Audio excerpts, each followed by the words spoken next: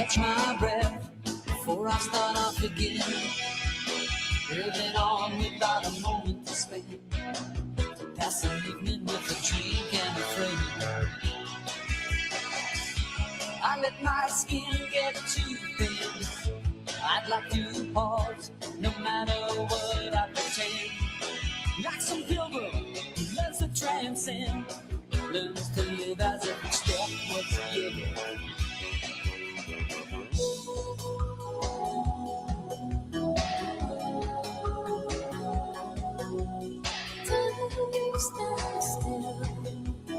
Not looking back, but I want to look around me now. See more of the people and the places that surround me now. Time stands still.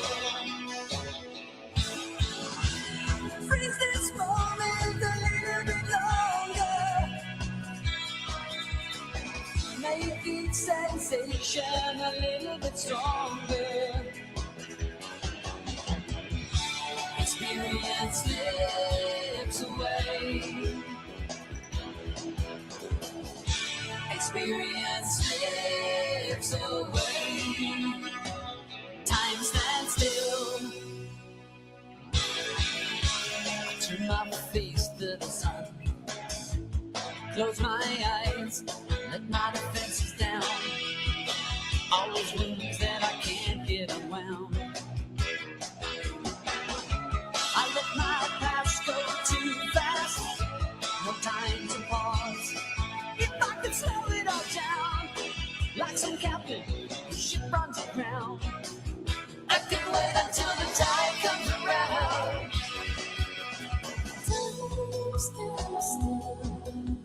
I'm not looking back, but I want to look around me now. See more of the people and the places that surround me now. Freeze this moment a little bit longer. Make each sensation a little bit stronger.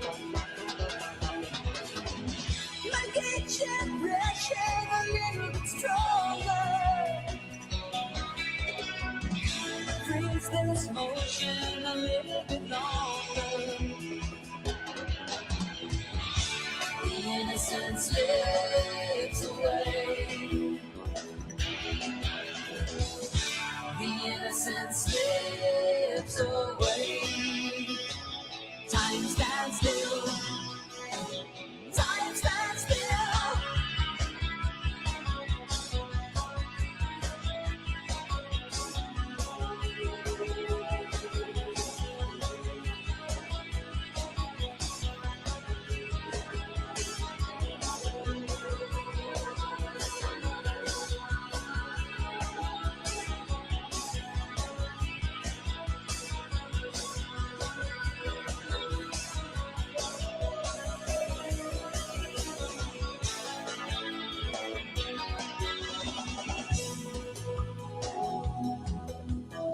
Looking back, but I want to look around me now.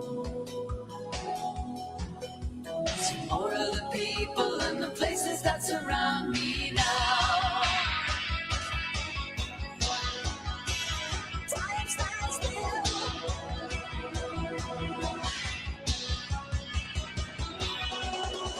Summer's going fast, nights growing colder. Children growing up, old friends growing older. Breathe this moment a little bit longer. Make each sensation a little bit stronger.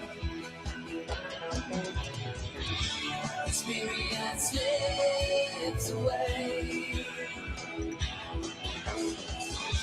Experience slips away.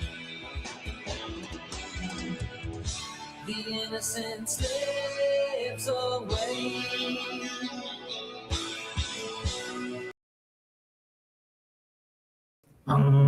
What up, everybody? Welcome to the Ravencast. I'm your host, Lord Triton. And today we got a really good show for you guys tonight. In fact, Digny's here. He's never here usually on Fridays. He's always, doing a show with Dash Attack. But Digny wanted to come on because we got an important topic to discuss. We got to discuss Nick Fuentes attacking Thomas Massie. Yeah. Or We another got news. echo. I hear echo on your It's, end. it's on someone else's end, not mine. Digny? Let's have a look. Let's have a Let's look. see. Oh, my system. I was muted, so it's not me. I don't know if it's me or no. Hold on. Let me see if I'm mute. Because... Hello? Yeah, I don't hear it anymore. It's Hello? from your end. Yeah, it's from your end, Digny. I don't hear it till I unmute you. That's crazy. Anyways, I'm using. It's just the a same small little. system. It's a small little echo. I'm not gonna. I don't hear it now. Yeah, I don't hear it now. Whatever you did must have fixed it. Or maybe I sounded mute on me. I don't know. All right, let's stop talk about tech issues. Anyways, welcome to the show, everybody. Hopefully everyone is doing well. Like I said, we got a very important topic to discuss today. But before we get into it, let's catch up with chat. I see Thunder in chat. What's up, Thunder? How's it going? And let's catch up with the panel now, starting with Digny. Digny, how have you been since the last network show? I've been doing very well, but it's odd that I'm getting an echo, and this is never usually an issue on. Well, you're on not. Sundays. It's not now. It's not now. It's not getting maybe, an echo now. Maybe if I double the size of, maybe if I raise my volume up to 100, you'll hear it again. Yeah, you'll hear it again right now. Oh, that's probably what it was. Yeah, when you raise your volume. All right. Anyways, so Triton, you're gonna have to shout at me when I'm at half volume, right? Okay, so I can hear you. But it's great to be here. We're gonna have a great time, and we're gonna ask the American people this very simple question: who are your leaders, Twinks or Massies? Exactly. Massie sounds like a slave owner name. It's like, I'm Massie the Master. I mean, that is true. That is true. But anyways, what about you, Jim? Because I know, Jim, you wanted to come on and cover this topic too. How are you doing? Jim? Well, I am right now taking my dog out, but I'm doing good. But I'm doing good. All right, that's good. All right, you can mute now. All right, hold on. Yeah. All right, what about you, Torn? How are you doing? Not too bad. And I'm doing good myself. I'm hearing my voice in someone's mic. I'm not sure. It doesn't matter. It's not. It's very faint, though, thankfully. Yeah, all right. Anyway, let's not talk about it. Anyways, I'm doing good myself.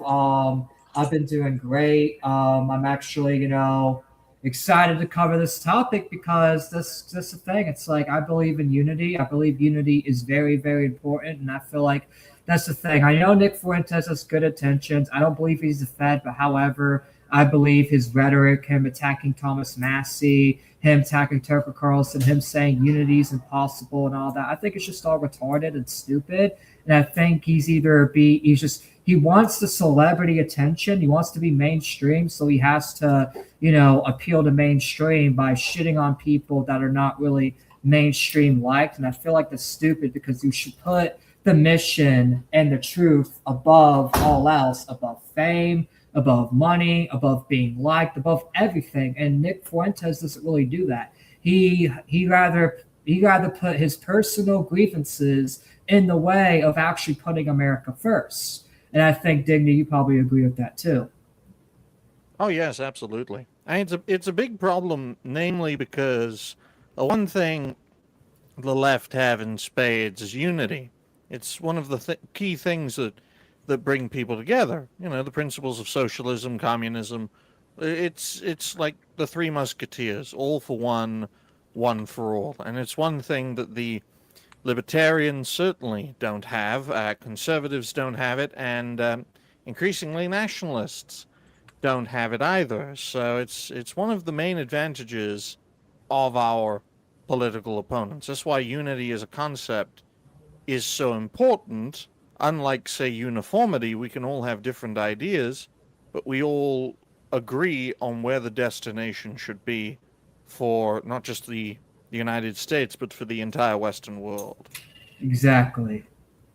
So I'm going to go ahead and pull up Nick's first video. We got 3 clips because that's the thing. I reacted to some of Nick's older, because this thing, Nick, the night before, attacked Massie as well. So yesterday I reacted to it, and it seems like today he's attacked Massie again. It's like we got new clips. We got 3 new clips of him just shitting on Massie, shitting on Marjorie Taylor Greene, shitting on Tucker Carlson, saying unity's not possible, blah, blah, blah, blah. It's like, bro, then what is possible? How are we going to get the message done if we can't unify with people on the left? It's like, look, I understand that there are people on the left you cannot unite with, like Hassan Pinecker and that, but it doesn't mean you cannot at least gather the patriots from the left side and get them to join our America First coalition. Like, you could definitely get someone, because this thing, I got a few, people that watch the show, like Patrick, who's like a leftist, and it's like I can unify with him just fine.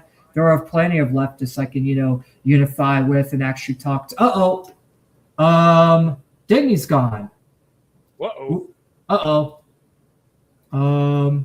Where you go? Technical difficulties on his end, I guess.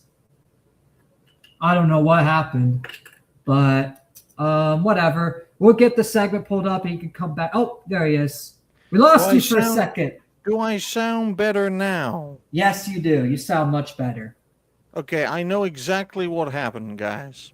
StreamYard essentially said it was my main microphone, but it wasn't my main microphone. That's why we heard the echo. Yeah, I had to literally unplug my camera and then refresh because StreamYard lied to me. StreamYard is the Israel of host sites, folks. It will tell you one thing, but in reality, it's the complete opposite. But it's great to be back now. I've had Hopefully that same thing. In fact, I remember a few times with StreamYard, it's like sometimes it'll pull up right away, but a few times I had to literally hit it like 2-3 times. It's like sometimes StreamYard just wants it pretends to be on your side, but in reality, it's not. It's, but it's actually good because it's better than OBS, because at least OBS doesn't fucking echo at least StreamYard doesn't echo every 5 seconds like OBS, so it's like, yeah. But let's go ahead and get DMs. Let me get to the bookmark. No. Yes. All right. Let's go ahead and react to the first clip of Nick Fuentes claiming that unity is not the way. So here's what the caption says. Nick Fuentes shuts down Tucker Carlson trying to unite with the left. The political reality of our country is that the left is real and what they believe is evil on the left. They fucking hate the right. Unity is a delusional fantasy that only the right believes in. Blah, blah, blah. If anything, this fucking right versus left voice swap is some delusion that you believe in, actually, sir. So, yeah. You can't say we're delusional for wanting unity, because that's the only way you can put America first, is getting both parties, people from both parties, to stand up and actually fight the oppressed, because the oppressed is not just on the left. The oppressed is on the right, too. The enemy's in the right and left. It's not just one-sided. You know what I mean? It's not one-sided. It's not black and white. It's not black and white. And that's something Nick Fuentes actually believes. It's black and white. And that's why I disagree with him on it, because he believes it's all black and white. And it's like, no, it's not. In fact, you shouldn't attack people like Thomas Massie and Marjorie Taylor Greene that want unity. So let's go ahead and see what good old Nikki has to say about all this. 3, 2, 1. What I said about it last night is that this kind of thing that Tucker and Massie and Marjorie Greene are trying to do, I said it is deeply flawed. I said, because ultimately the only way that we are going to win... I hear the slight echo again, but I'm not going to make a big deal. As long as it's not too loud, I don't give a shit. ...on the right is as the right. It is fool's gold to try to skin suit the left by pretending to be a party of the working class and doing this anti-war, anti-elite, anti-rich thing. It seems that the crux of Marjorie Greene, Thomas Massie, Tucker, and Joe Kent's platform and proposal is this idea that we can bring together disillusioned and dissatisfied right wingers and left wingers behind a common message, which is that we're all against the war. We're all unhappy with the economy. We're all frustrated with the lack of political efficacy. And so we need to elect someone that's sort of non-ideological, non-partisan, that's just going to go against corruption, end the wars, and maybe some of the foreign aid, tax the rich a little more, tax the working poor a little bit less. And this is going to be like a populist party, neither right nor left, for the people. That's sort of the idea. But I said last night that the problem with this, the reason that this is fool's gold, is because this ignores the political reality. And the political reality of our country is that the left exists. The left is a distinct group. They really believe in what they say they believe, and what they believe is evil. Not all of them believe in evil, dude. Yeah, a lot of them do, but that's a lot of us. Go ahead. How refreshing it is to have a political movement that says what it means and means what it says. And, Nicholas, because, this guy is only a year older than I am, but for some reason he looks way younger. Literally, that happened when RFK Jr. and Tulsi Gabbard joined the Trump effort. He's saying this is impossible. It's impossible for left-wingers and right-wingers to work together. First of all, the Uniparty is based on center-left liberals and center-right conservatives, neocons especially, that have captured the center ground as the Uniparty. Trump even embodied this in the 2024 election by bringing in RFK Jr., bringing in Make America Healthy Again, bringing in Tulsi Gabbard, bringing in disgruntled Democrats. So you're saying that this unity coalition is impossible? It's already happened. It's already happened. I mean, why do you think Trump got record voting among blacks, Hispanics, and all? Because he unified everybody. That's how he even won. That's how he even beat Kamala, was getting a lot of pissed off Democrats that didn't like Kamala or Biden to vote for him. It's like, that's how it happens. Like, it's already happened with the second Trump term. Even the first Trump term, a lot of Democrats that didn't like Hillary Clinton or the neocons voted for Trump, wanted an outsider. It's like, in order for you to get an outsider, to get someone like Trump 2016 to come back, you're going to have to get Democrats and leftists to join us a little bit. Now, that's the thing. We don't have to unite with every single leftard. No, there are a lot of leftards that are part of the establishment that hate us, that don't believe in free speech. And we're not saying unify with those people, but unify with the people that believe in free speech, that believe in America first, that don't want these endless wars, that actually, have good talking points, that have good, like, we don't have to agree on every little thing. We don't have to agree on gays, trans, whatever, right? We don't have to agree on that stuff. But however,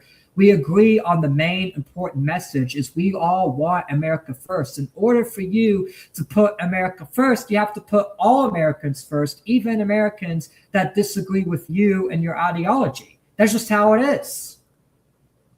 How can you say you're America first, but just want the right? It's like, bro, for one, you realize everyone on the right, a lot of them are old Fox News boomers. So how are we going to able to even defeat Vance and them in the midterms if we just have all these old boomers voting? That's why we need people from the left to come register as Republicans to, actually come and get an outsider. And if an outsider goes into the Democrat Party and wins the Democrat Party and he's America first, and it's like, we got to go for that guy too, because that's the thing. In order for us to fight the bigger mission, we got to work with people that we've called enemies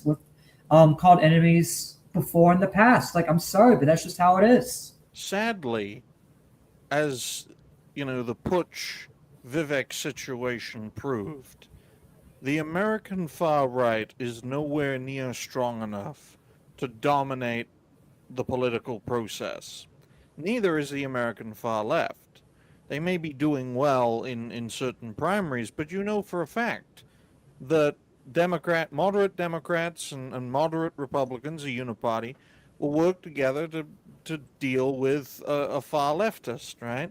El Said will be crushed like a bug, right? He'll be crushed like a bug in Michigan.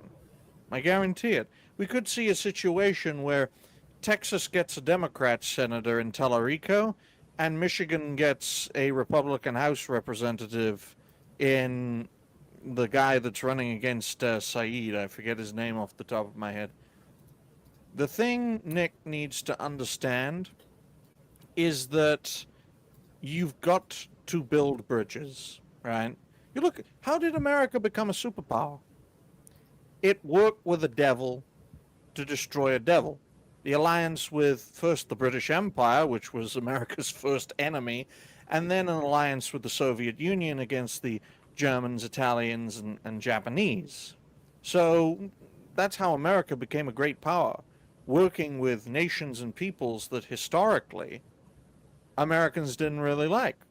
Well, that's sometimes in politics, just like in life, you got to work with people you don't like to make the world a better place.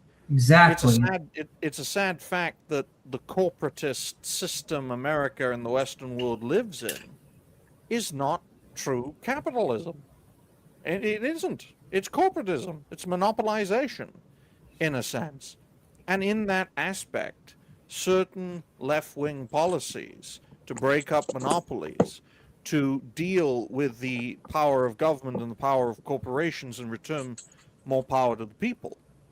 That's the kind of left-wing principles that need to be embraced. And you could say those are libertarian principles as well. Well, libertarianism isn't supposed to be left-wing or right-wing. And if it had an ounce worth of unity, that great force in American politics would have won a general election by now. I hear a lot of stuff in Torrance background too. Sorry, Hey, hey, Digny. I was shaking a marker. I want to ask you something. Yes. Now, with the way it's going, where the right wing, states, it's mostly in the right wing states where they want to control everything because they basically making laws to protect the kids, quotation marks, and getting that legislation passed. So at this point, would you say that the right wing, modern day right wing, is a socialist dictatorship, and the democratic left wing is a communistic dictatorship? What I would say, Prego, Assman, Golden Shower, is that a bird needs two wings to fly. And that's exactly what the Uniparty is. It's a bird and it's flying to the sky. They may be old motherfuckers who are on death's door, but they've got a plan in place for their succession. The only way we will soar to the sky is to get our wings in order, and you can't fly with two left wings, you can't fly with two right wings. All right? Politics is not a line, it's not a horseshoe, it's a fucking circle. And we keep going round and round in circles. It takes a uniparty, sadly, to destroy a uniparty. It will take a coalition of right-wing nationalists, especially in terms of social policy like immigration, and left-wing socialists, especially their economic viewpoints, not their social viewpoints, because we're not in favor of transing kids, because that puts the social in socialism, folks, because the uniparty is left-wing social policy and right-wing economic policy. It's Ben Shapiroism. That's what we've been living under for decades at this point. So you've got to have a left-wing economic system, or a more left-wing economic system, and a more right-wing society. Well, yeah, let's nationalize the Federal Reserve and then destroy it. That's an interesting idea. A left-wing idea is nationalizing the Fed. Is not owned or controlled by the government. They have a selection process, but that's about it. The president can't fire the Fed chair, can he? Nationalize the Federal Reserve and then break it to bits. That's something that Tucker Carlson's unity coalition, his 10-point unity coalition, could agree on. Who likes the Fed? The Uniparty likes the Fed. Exactly. And not only that, but another point too is how did Ben Shapiro make sure Nick Fuentes was blacklisted forever after that fallout with Daily Wire? Oh, wait, he worked with left-wing medias that didn't like him to cancel Nick Fuentes and slander him. Why do you think all the left-wing and right-wing influencers, medias, They all work together to silence Nick Fuentes. So him saying unity doesn't work, it's like, bro, the enemy literally unified against you, bro. They literally unified against you to have you canceled. So why can't we unify with other America First patriots to go against them when they've done the same thing to you? They've done the same thing to Massie. They've done the same thing to Tucker. They've done the same thing to Ethan. They've done the same thing to all these different people. And Alex Alex Jones, Jones, yes. Alex Jones, too. In fact, Donald Trump literally said, I'm supporting InfoWars being gone, and fucking helped with that lawsuit after Alex Jones betrayed him. So it's like, they fucking play both sides all the time, so why can't we? Not only that, but 3 months ago, Nick Fuentes says, vote Democrat. We got to play both sides. Now, all of a sudden, he doesn't want to vote Democrat anymore. All of a sudden, he doesn't want to play both sides anymore. It's like, bro, you got to pick a lane. You want to play both sides or not? And you want to just stick with the fucking right, even though your own party fucking hates you, Nick. All the moderate Republicans, all the Trump-endorsed Republicans, Trump himself, J.D. Vance, they all hate you, and they're never going to unify with you. So we got to unify with people that are willing to unify with us. And the left, at least the moderate left, the people that are not all fucking LGBTQ, queer, like that, they are willing to unify with us. Triton, do you know where America First as a term comes from? It comes from early on. It comes from the America First Committee. That was early on, 1900s, I think, right? The America First Committee, which was created in the late 1930s, which was essentially a political action committee, like a PAC, right? It was bipartisan, left wing and right wing, and it was based on one thing: to preserve American isolationism and to ensure the United States wouldn't enter the Second World War. The America First Committee failed in that effort. The United States entered the Second World War, assumed its role as a great superpower, participated in the Cold War against the Soviet Union and prevailed. So from that, you can see that the America First movement was stronger in 1941 than it was in 2026. You know what all Nick Fuentes has done with America First? Is took the label and made a shitload of cash off of it. In that sense, he is no different from Ben Shapiro. And I can also tell you this: what does Ben Shapiro, Hassan Piker, and Nick Fuentes have in common? They're all suit and tie wearing political commentators that are utilizing the culture war and the chaos of the day to make money. That is to make money. fact. That's why they play. You forgot about Sneeko. You forgot about Sneeko and Asmongold. Yeah, well, I hope Asmongold doesn't wear a suit, because the suit will melt around his skin. But yeah, Sneeko's been wearing a suit too. But actually, I ain't gonna lie. It's I know some people here don't like Sneeko, but I actually do like. Sneeko's done better at America First than Nick Fuentes. At least Sneeko's hey, we got to unify with the left. Even the people that I've disagreed with in the past, it's you got to give him credit for that. It's at least Sneeko's not attacking Thomas Massie. Well, I'll give you another example, Triton. America's biggest political rally before Ronald Reagan's presidency was held at Madison Square Garden, New York City, in February 1939, and it was the gathering of the National Socialists of America. 20,000 people in Madison Square Garden, one of the biggest political events in the early to mid 20th century. And what was it campaigning for?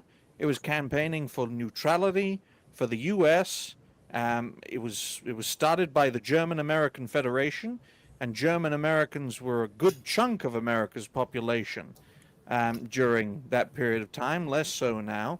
And what is National Socialism?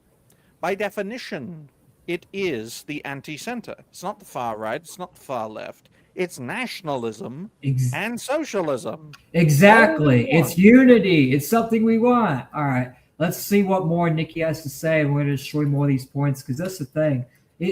I'm going to play the whole clip, because he says a lot of stupid things in this clip and the other two clips that I feel like, Digny, you're going to have a lot of fun time laughing at, because it's so stupid. Okay? The left in this country constantly puts up candidates that want open borders. They want chaos. They want to defund the police. They want people smoking weed in public and spraying graffiti everywhere. They want criminals to go free. They want abortion on demand. These are the kinds of things Democrats want. They want diversity, equity, and inclusion. They want feminism. They think the police can't. Okay, but you got to unite with them on this specific issue and then call them out for the feminist shit. I'm not saying turn to full feminist. No one's saying that, Nick. We're saying unite with these people to get the right people elected, and then we address the issues once we get rid of the bigger problem. Triton. It's funny that Nick Fuentes is focusing on the social policies of socialism when we're not talking about agreeing with the social policies of socialism.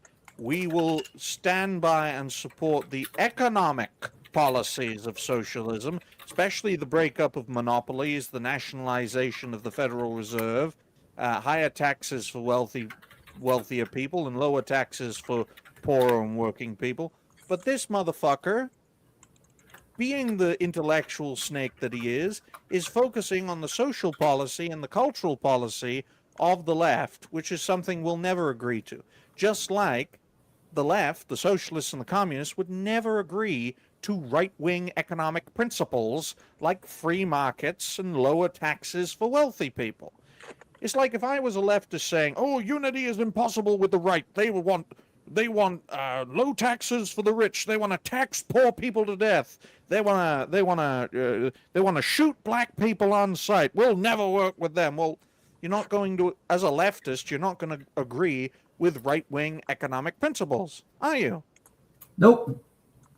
So and that's the thing with the leftists, with the few leftists in my audience that have unified with, they tell me they don't agree with me on everything either. But that's the thing. That's okay to not agree with people on certain aspects of certain policies. And as long as we're getting the bigger picture done and we're overthrowing the elite and we're overthrowing the Unity Party, then it's like I feel like it's way more important to unify with people that have the similar interests as us, that believe in the bigger picture. And then once we get rid of the bigger enemy, then we can address our differences. I'm not saying we can never address our differences. Obviously, we're going to have to address our differences in the future, but we have to, wait and hold that aside until we get rid of the enemy that's ripping both of us apart, Because Nick even said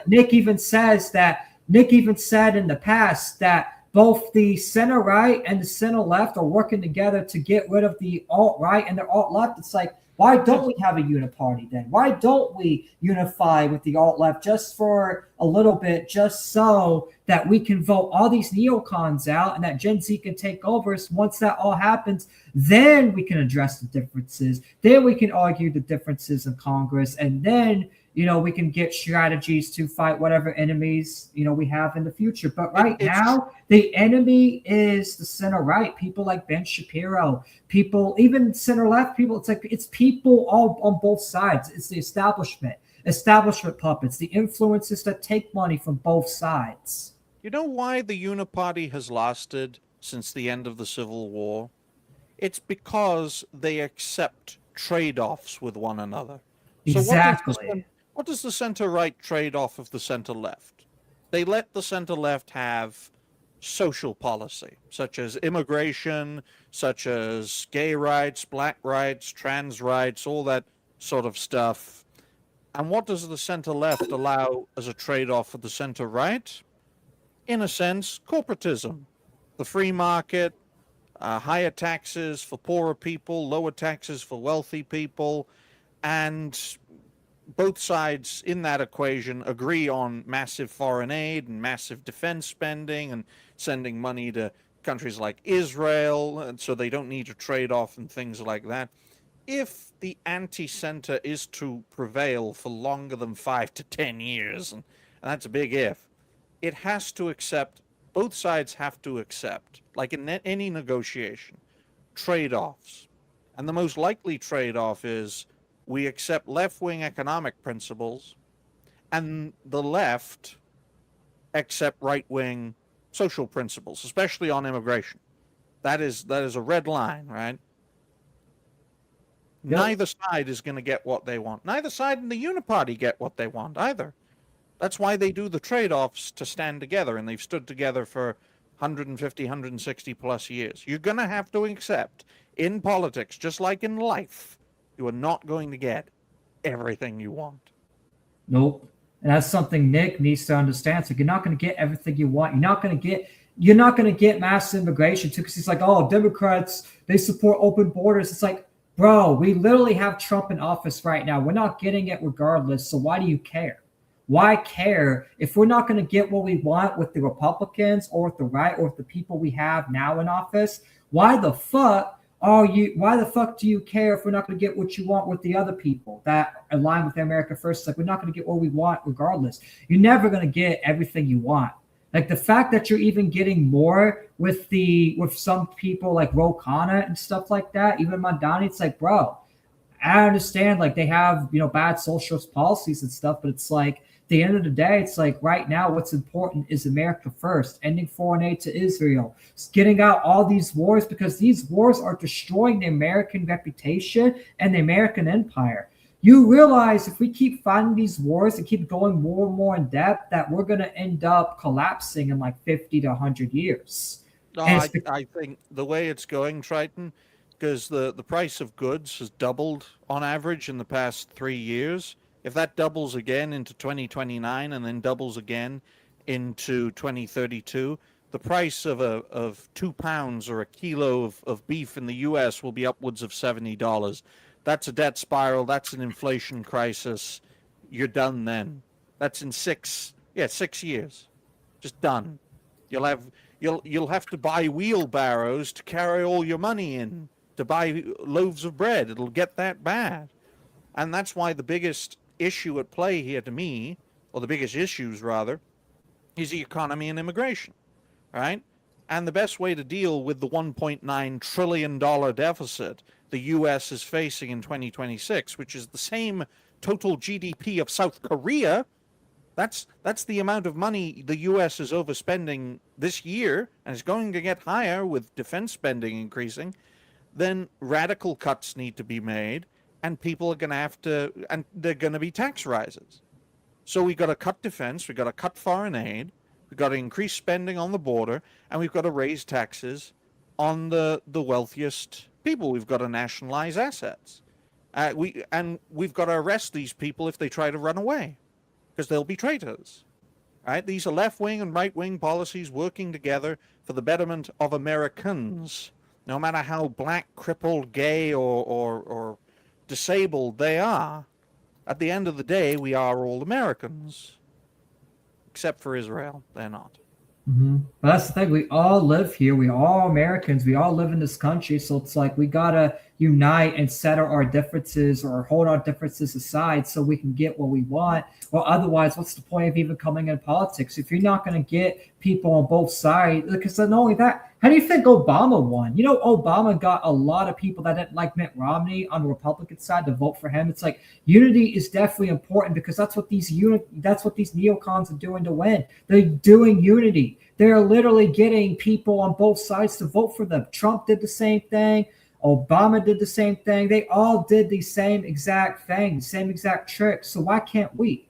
And that's why I just don't really agree with Nick doing this. From the KKK. They think the founding fathers are racist. They want to tear down statues of Christopher Columbus.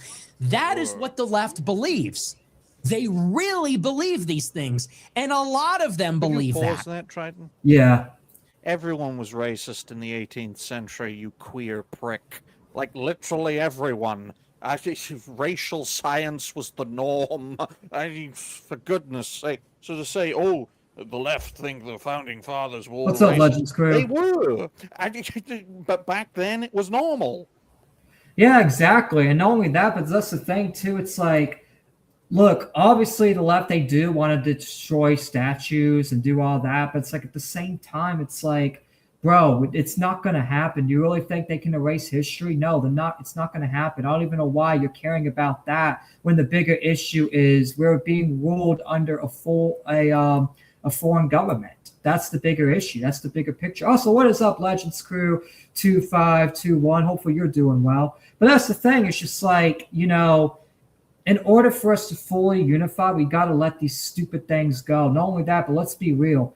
yes, some of these leftists say that stupid shit like that, but in reality, a lot of the stupid shit they spew will never be factual. Like they're never gonna tear down statues of Christopher Columbus. In fact, a lot of congressmen, even on some congressmen and Democrat side, would vote against it. There are actual leftists that believe, look, I don't agree with the history of America, but we shouldn't tear it down just because we don't agree with it. Because history is history. So it's like, why can't we unite with those people? I've always found Columbus Day to be rather interesting because Christopher Columbus never set foot on the mainland United States. He discovered the West Indies, folks. He discovered Cuba, Puerto Rico, Jamaica. He didn't step foot in mainland United States. It's one of the reasons why it's called the West Indies is because he thought he landed in India. And then he knew he didn't because the country wasn't covered in shit. That is true. A fun fact for you guys.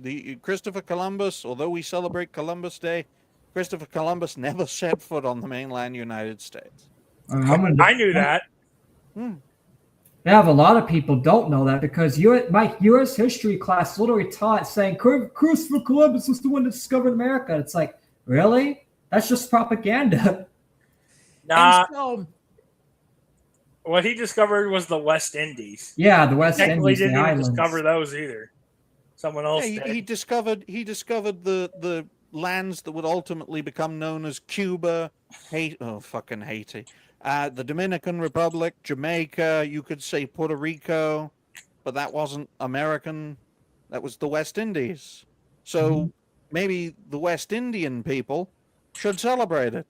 Maybe the Cuban communists should celebrate Columbus Day. In a word, what I would say... the communists are against it because they're a bunch of leftist libtards that say, oh, Christopher Columbus subjugated an entire race, which, yeah, he did, but... But they all did back then. All right, let's get back on topic more. Yes, he did, but it was normal to subjugate lesser peoples back then. Exactly. Triton, tell Torin if he doesn't do a face reveal, I'll go back in time and vote for Kamala. Oh no.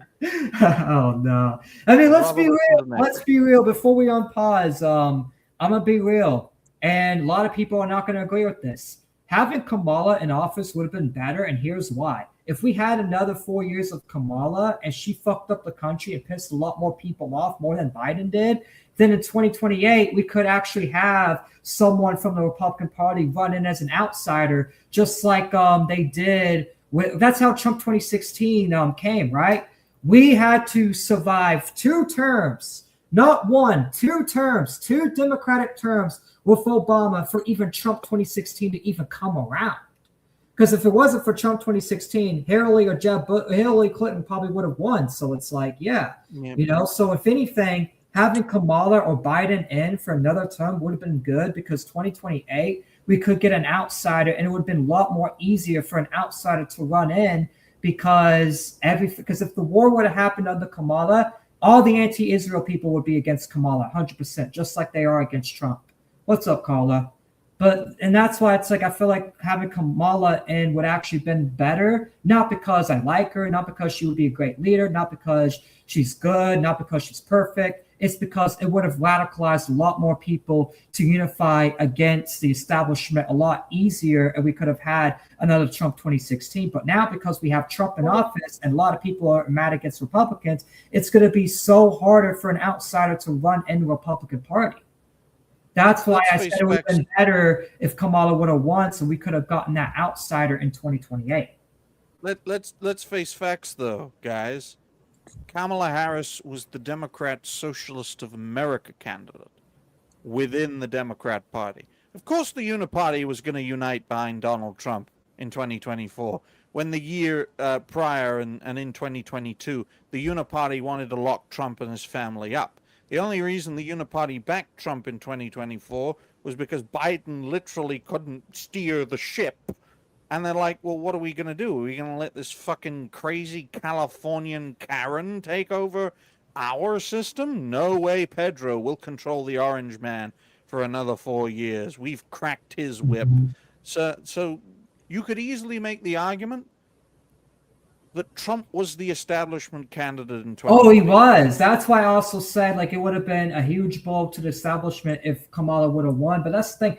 I don't be real at the time. I was following the Uniparty swap. I voted for Trump. I advocated for him, so I'm not excluding myself from that. But however, looking back on it, I feel like it would have been a lot better if Kamala did win because it would have, done a lot more damage to the establishment and a lot more people would be pissed off. So that's why the establishment backed Donald Trump because they knew having Kamala in would have damaged them. That's why they had Trump in because they knew Kamala would have been a huge disaster and a huge blow. And they knew that an outsider would come in 2028 and fuck more things up for them. So the Uniparty had to back Trump. That's why you saw Mark Zuckerberg and all of them back Trump because they know it's more beneficial for the Uniparty and the establishment.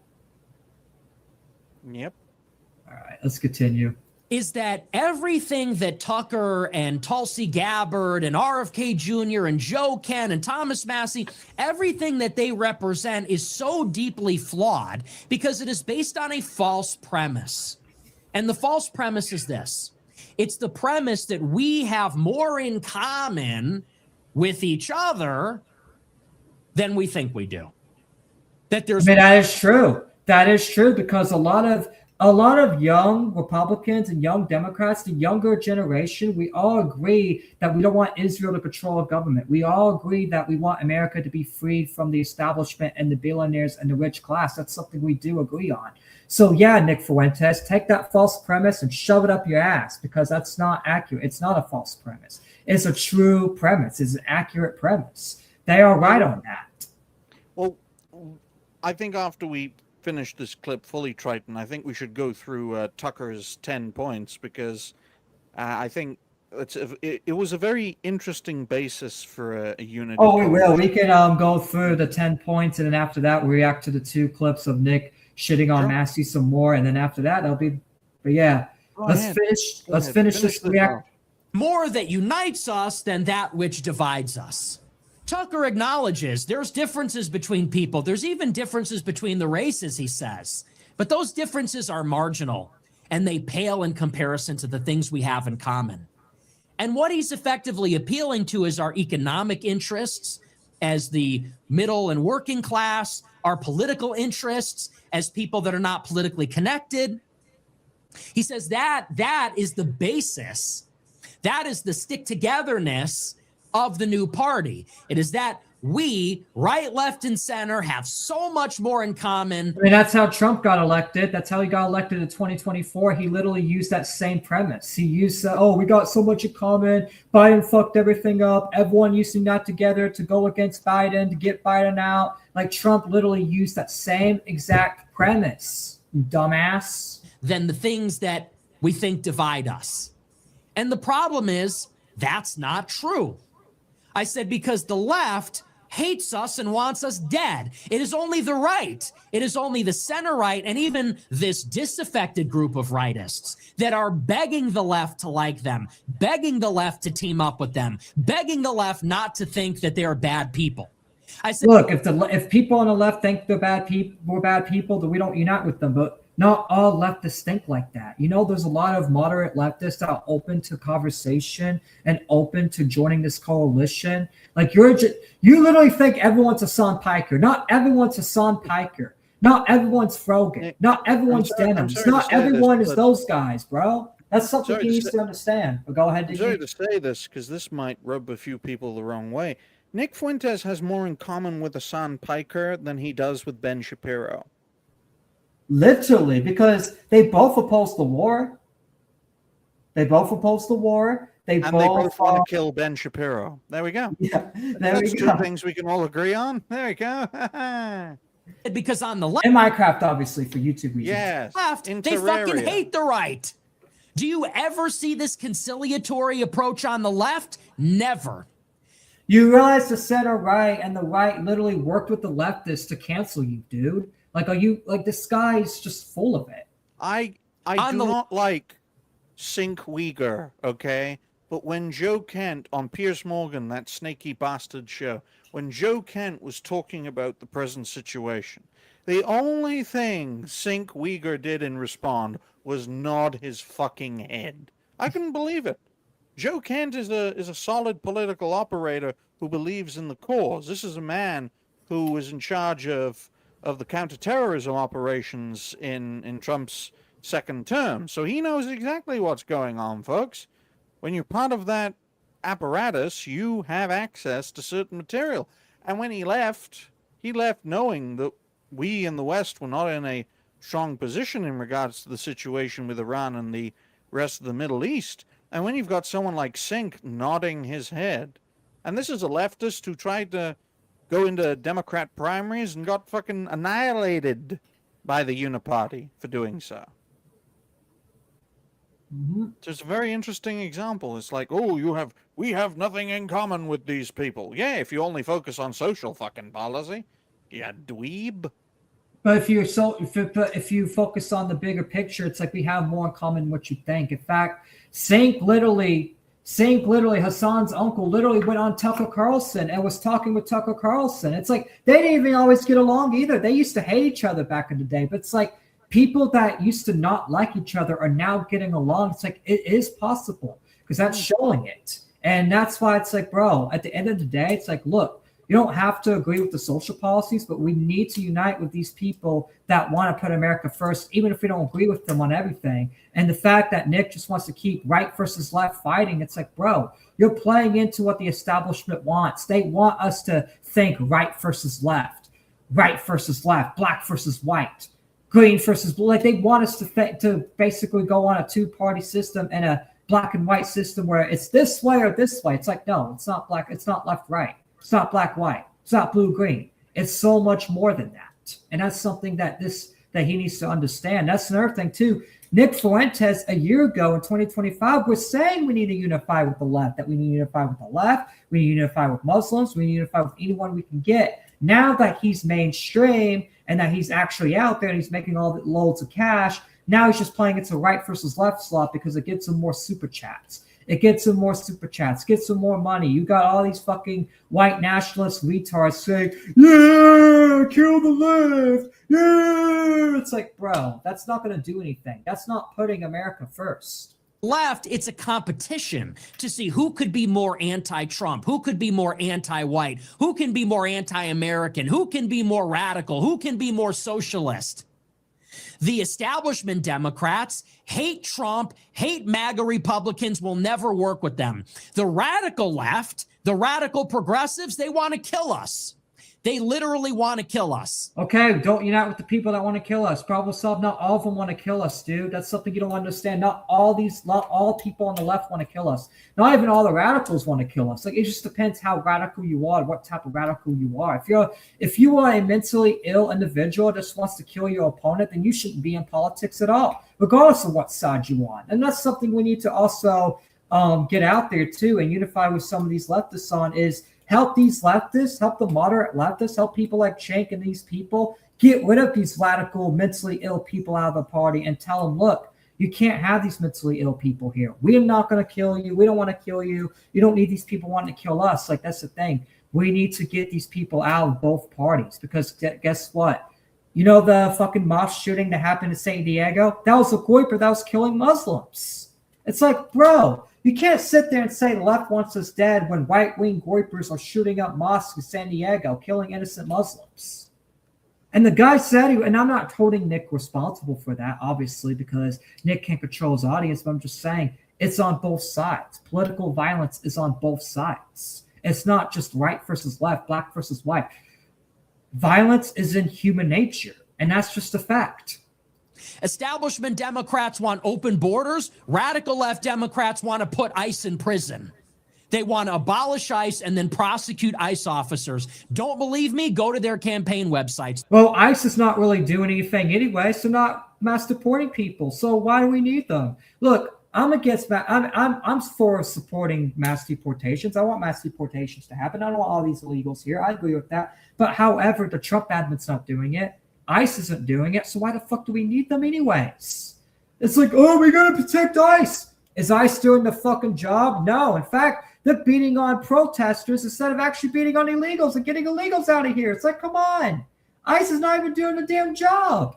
That's what they're all saying. They even said they're not doing traffic stops no more. They're not doing traffic stops, not going to people's houses, not going to people's work. That's something you yourself has said, Nick. So why are you defending ICE if you know ICE is not doing the fucking job, bro? Why do we have to protect these groups? Honestly, I'm willing to sacrifice ICE. You want to know why? Because they're not doing their job anyways. If they were actually doing the fucking job the right way, I wouldn't sacrifice them.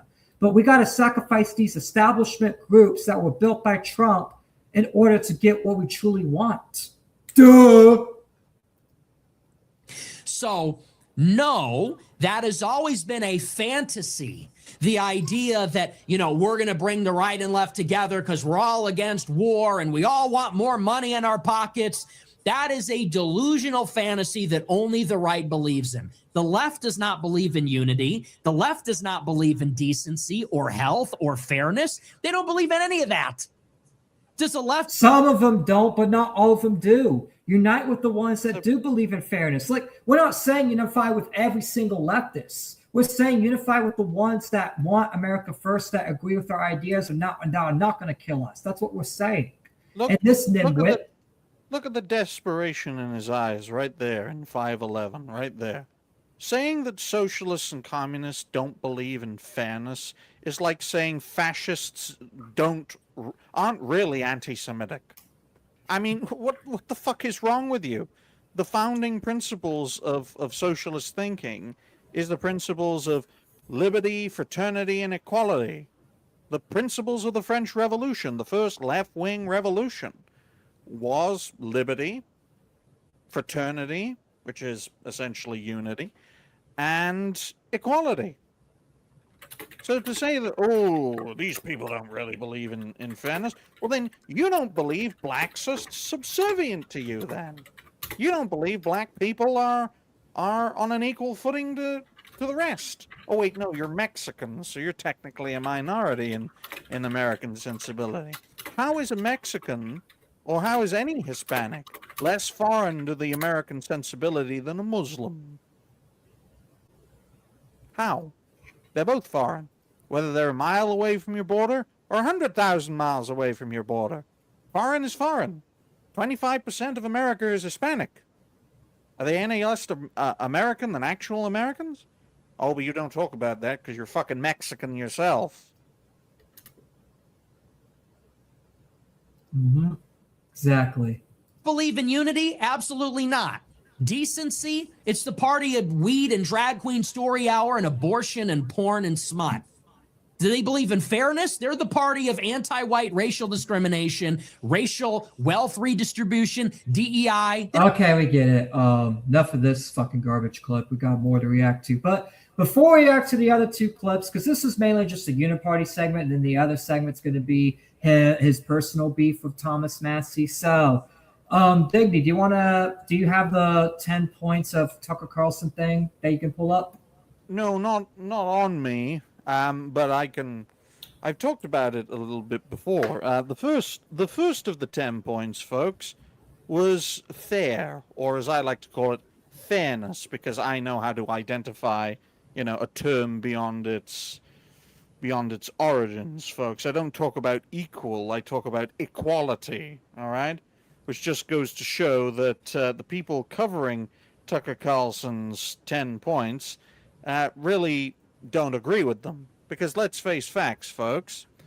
This is courtesy of Axios. The first point really underlines the rest of the points. Point 1 is fairness, or as the Axios article puts it, fair, right? Fairness. You can either live in a free society, you can bring it up now, Triton. You can either live in a free society or a fair society. Can't live in both. You can't live in a free society because fairness cannot exist in a free society. That's the thing. Freedom, by definition, will lead to unfair results, right? So if I have the freedom to do something, and Triton has the freedom to do that same thing, and I do better than him, well, then it's unfair to him. He threw everything he had at it, so did I, but I came out on top. Fairness is fundamentally a left-wing principle. Now, sovereignty is fundamentally a right-wing principle. Productivity, the left and the right can be productive. Beauty is a right-wing principle. Nothing about beauty in regards to the left wing. They think everyone is beautiful. Health, which is something I think we can all agree, regardless of ideology, that we should be healthy as people, although some people call it a right-wing thing, but Make America Healthy Again came from a left-winger. RFK Jr. comes from a long line of Democrats, folks, most of them shot dead.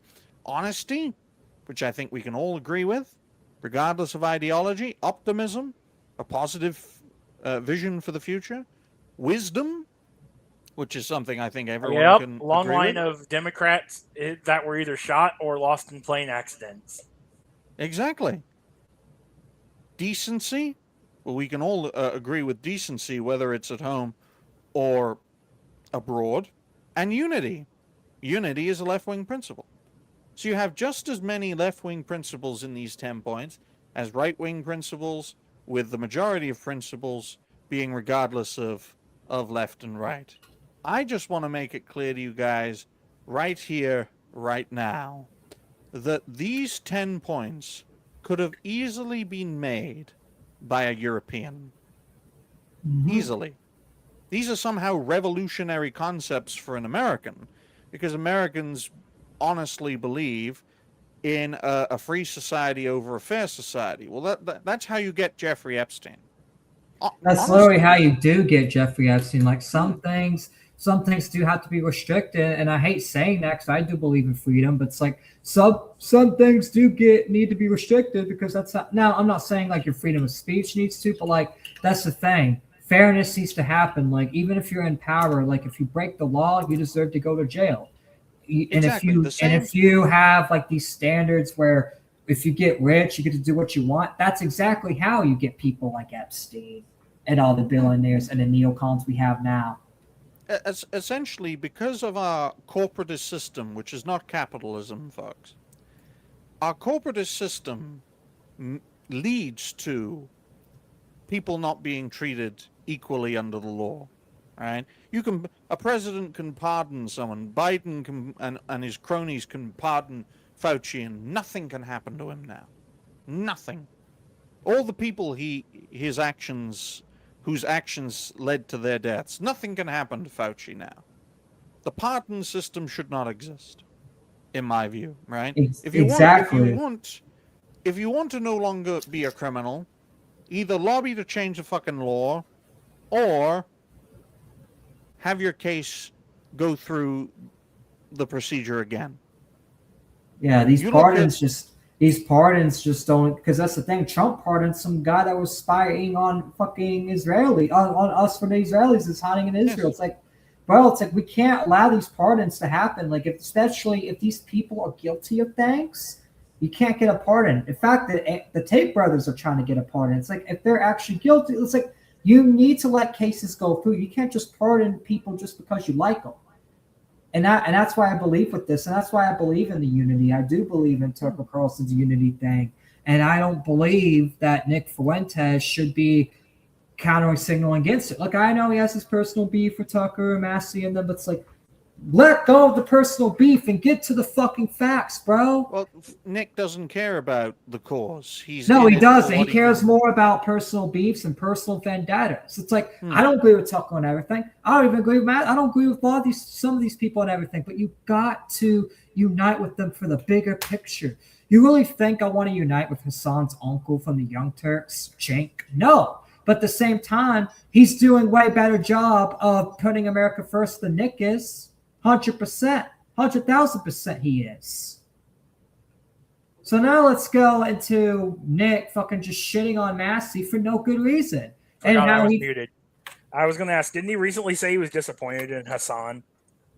Who, Cenk? Yeah. I don't know.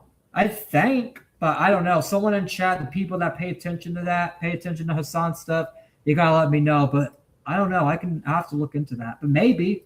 Because Cenk's not even that radical. Like, Cenk doesn't want people dead he literally is willing is literally debating Israelis on Piers Morgan. You really think he wants his opponents dead? No, he actually wants to debate. He's basically left-wing Charlie Kirk at this point, the closest to it. Obviously, it's not as, but you know what I mean.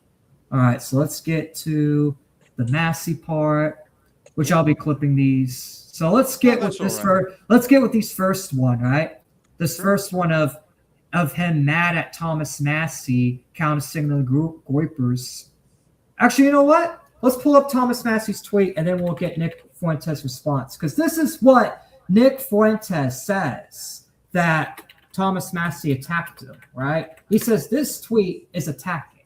And I want your guys' opinion on it. And I'm going to read the tweet right here, and then we're gonna come to a conclusion if this is attacking or not.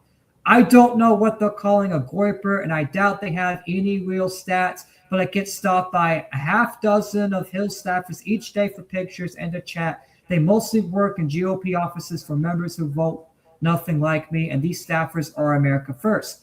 Is this an attack on the Goipers, or is it just so that he says he's not a Goiper? He's not disavowing them. He just says he doesn't know what it is because he doesn't want to get called a Nazi. And Nick Fuentes has said Goipers are in secret. They don't say they're Goipers. So Thomas Massie is literally following that same advice.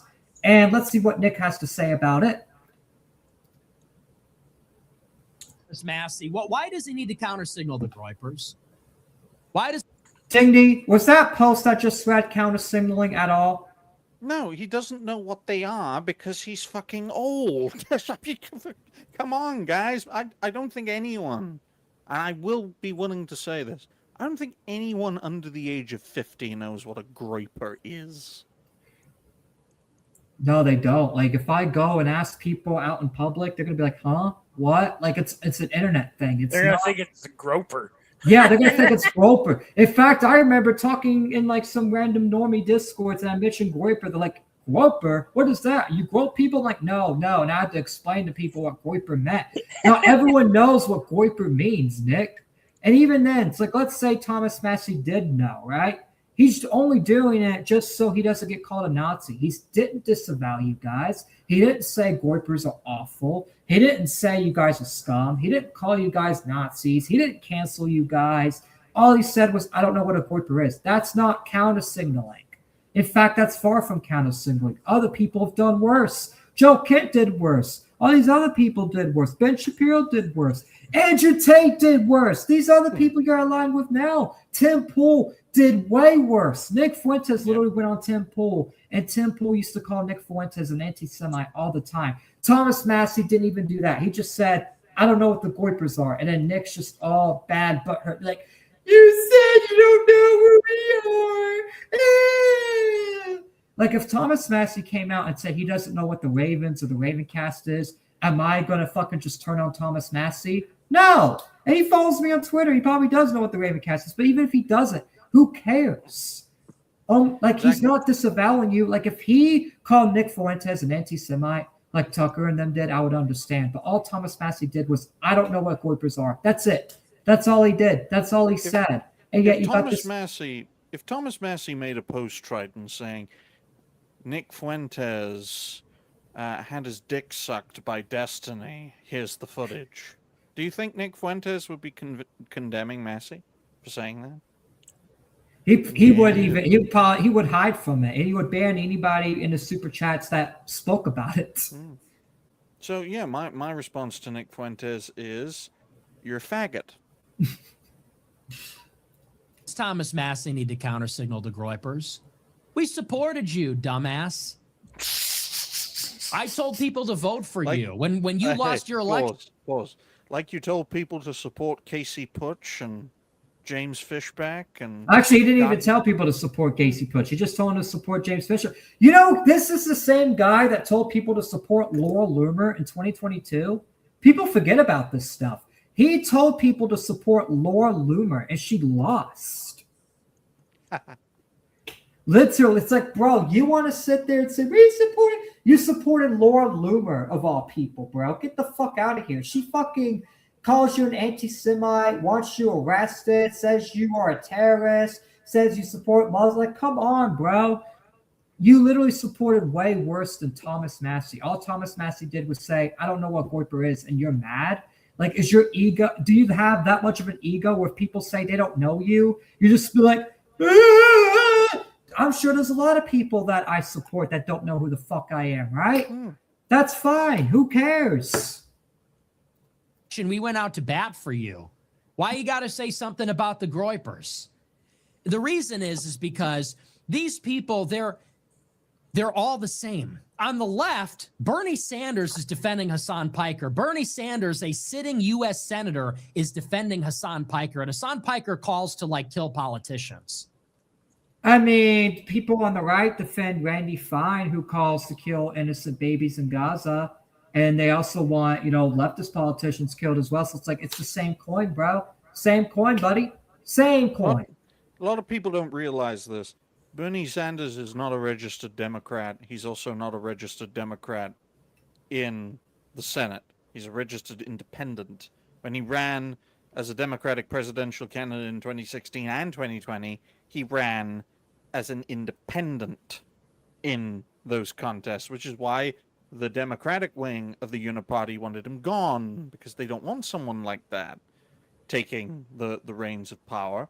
And look, let's face facts, guys. When you look at the ecosystem, when shit goes down, the left stands ready and the right scatters to the wind. Nick Fuentes is living proof of this. Remember when Nick went to the Capitol on January 6th? Did he get arrested? Nope. No. Why is that? He claims that it was because he wasn't on a restricted grounds. Well, there were many thousands of people there, and it was an incident. So, in regards to it being an incident, it was all on restricted ground. I wonder who Bernie Jew Sanders owes his true allegiance to. Yeah, the same people who Ben Shapiro owes his allegiance to. Exactly. See, who's a lame duck is going to throw shade at the Groypers? Fuck you.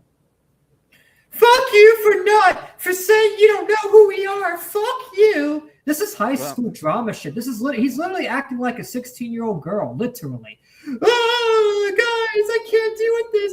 He said he doesn't know me. Well, he literally started off his creator journey as a 16-year-old girl who likes to get his dick sucked by male content creators. So that's very interesting. You want to make this immature? We can make it immature. I mean, let's face facts, guys. Nick Fuentes and his coalition of Groypers, name one thing they've achieved. Nothing really.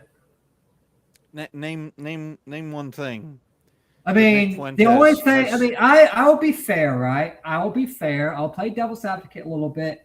They did achieve one thing, right? Mm-hmm. They achieved getting the conversation against Israel out there. They were definitely, like, Nick Fuentes was definitely a big, huge voice in getting a lot of people to wake up, mainly the younger people, to wake up against Israel. So they did add a part to the conversation, but as politically, getting people elected, doing all that, they haven't achieved jack shit. Right. So Hassan Piker has done that. Hassan Piker has awakened people in regards to why Israel is fucking awful. Is Hassan Piker a good person? Nope. Of course not. Nick Fuentes comes from the same generation of blood sports types as Jean-Francois Guerriapi, who literally murdered his retarded girlfriend and put her in his walls. Nick Fuentes comes from the same blood sport generation as Ethan Ralph, whose stomach is bigger than Nick Fuentes. Okay. Hey, right? I mean, look, I know that, but I like Ethan Ralph. He's my homie. I like Ethan Ralph too. From one fat fucker to another, right? But it's true. That man's gunt is bigger than Nick Fuentes. Do you know how someone is a Fed, folks? Right? Let me tell you. They wear a suit. And not a cartoon suit. I'm Hitler disguised as Digny here. Okay? So it doesn't apply to me. But if you want to know who a Fed is, it's someone who wears a suit. That's why politicians don't like it when other politicians don't wear the uniform. Oh, so if I go to a political debate in a Hawaiian shirt, they're gonna be mad. Nice. Yes. Yeah, Yes, and not only also- that, but that's how we know. That's how we know. And honestly, if I go run for Congress, I may just wear my red Hawaiian shirt and be like, why are you not wearing a suit? Oh, because I'm not a Fed. I'm not a part of establishment. I'm actually here to put Americans first. Yes. Also, Nick Fuentes is a faggot who got his dick sucked by Destiny. Allegedly. Because apparently their side, they claim to be in the same. They claim to be at different places, but we will never know. Apparently, video exists. Honestly, I don't want to see that video because I'm not gay. And isn't it funny? Why is I hear someone opening a rap. Oh, that's you. Yeah. Sorry. I was going to say someone. I was going to say. I mean, I would just to confirm if it's real or not. I mean, yeah, but I'm not. You could do that for if it comes out, I'll just send it to you. Be like, watch this. I can't handle it. Or I'll send it to another person we know. Or Jim. Jim will probably watch it. Yeah, Jim. Jim would definitely watch it and not, get brainwashed, wanting to kill himself like I would. Why are we killing people? No, I said we're talking about the video of Destiny sucking Nick Fuentes' dick that's allowed to lay out there. Yeah, I'm not watching it, so you get to watch it. Oh man, I thought I was gonna have a good time, stroking one out. I mean, what? What? Okay, mute yourself. Anyways.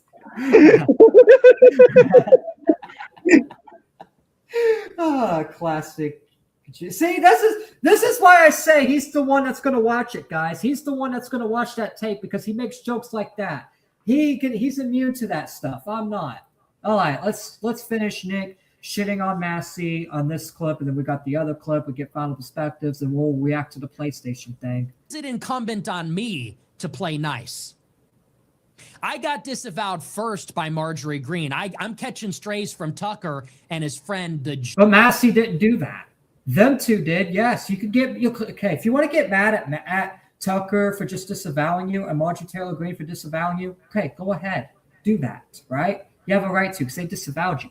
But Thomas Massie did not disavow you. He literally purposely said he did. Like I was saying, if he does know who the Goipers are, he, out of respect for you, he literally said he didn't know who you guys were just so he didn't have to get in the conversation.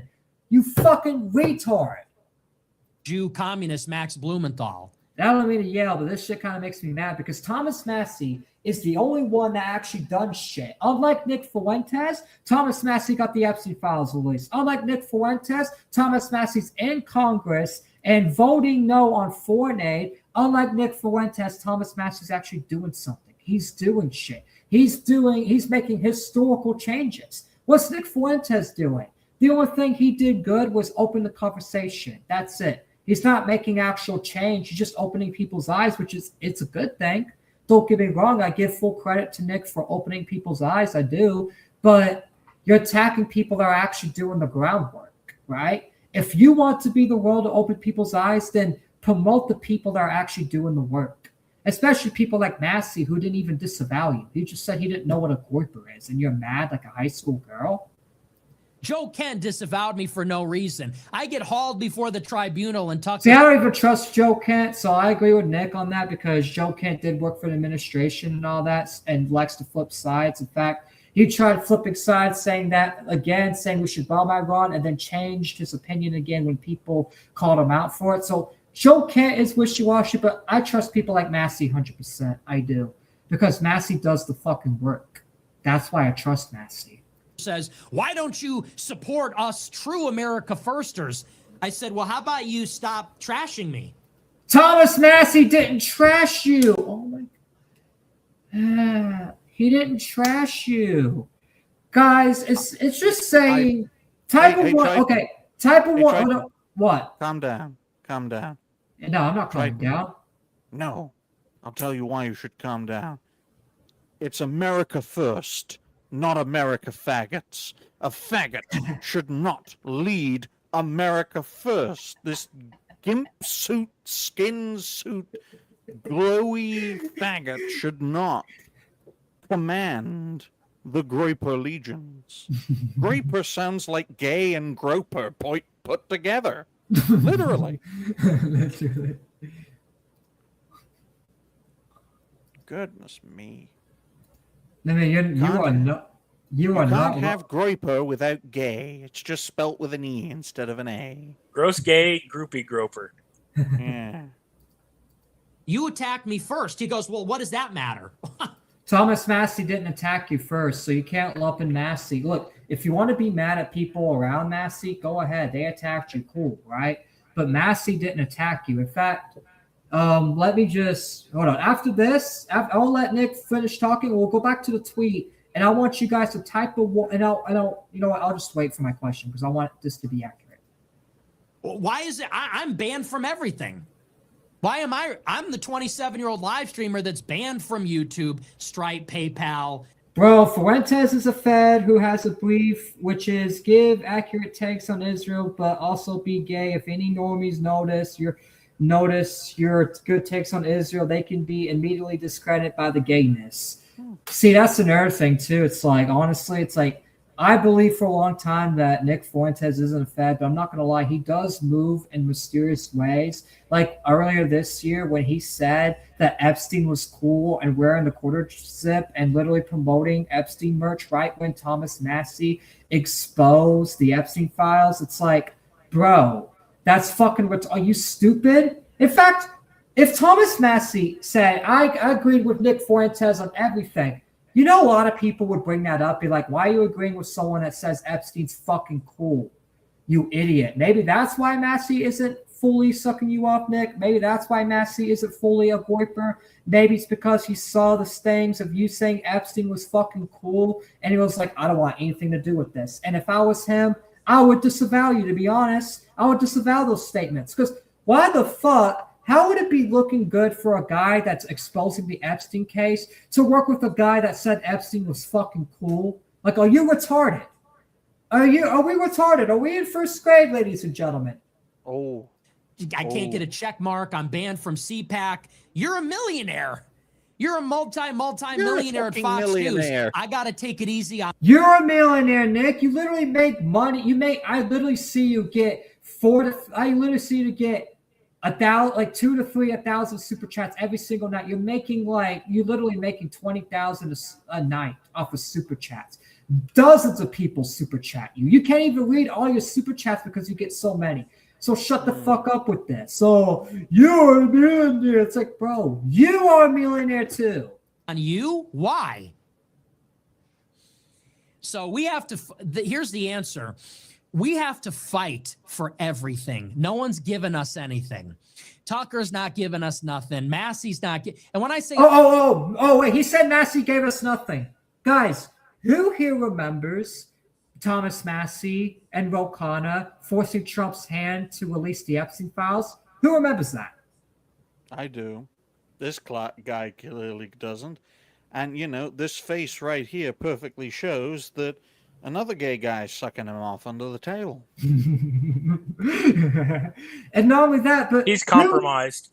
Who here also remembers when Thomas Massie voted no against foreign aid, was the only Republican to vote no against foreign aid?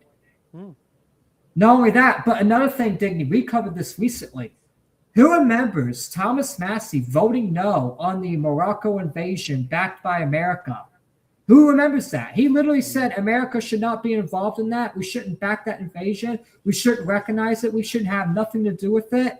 And he was the only Republican to vote no on it. He was the only one that stood up for America first. So you can't say Massie has provided nothing. You can't even say Tucker Carlson hasn't provided nothing. Because, look, I don't trust Tucker fully, but Tucker's done. And his Joe Kent interview literally spilled so much. Not only that, Tucker literally has people in the Trump admin giving him information daily. That's how Tucker knows all the insights.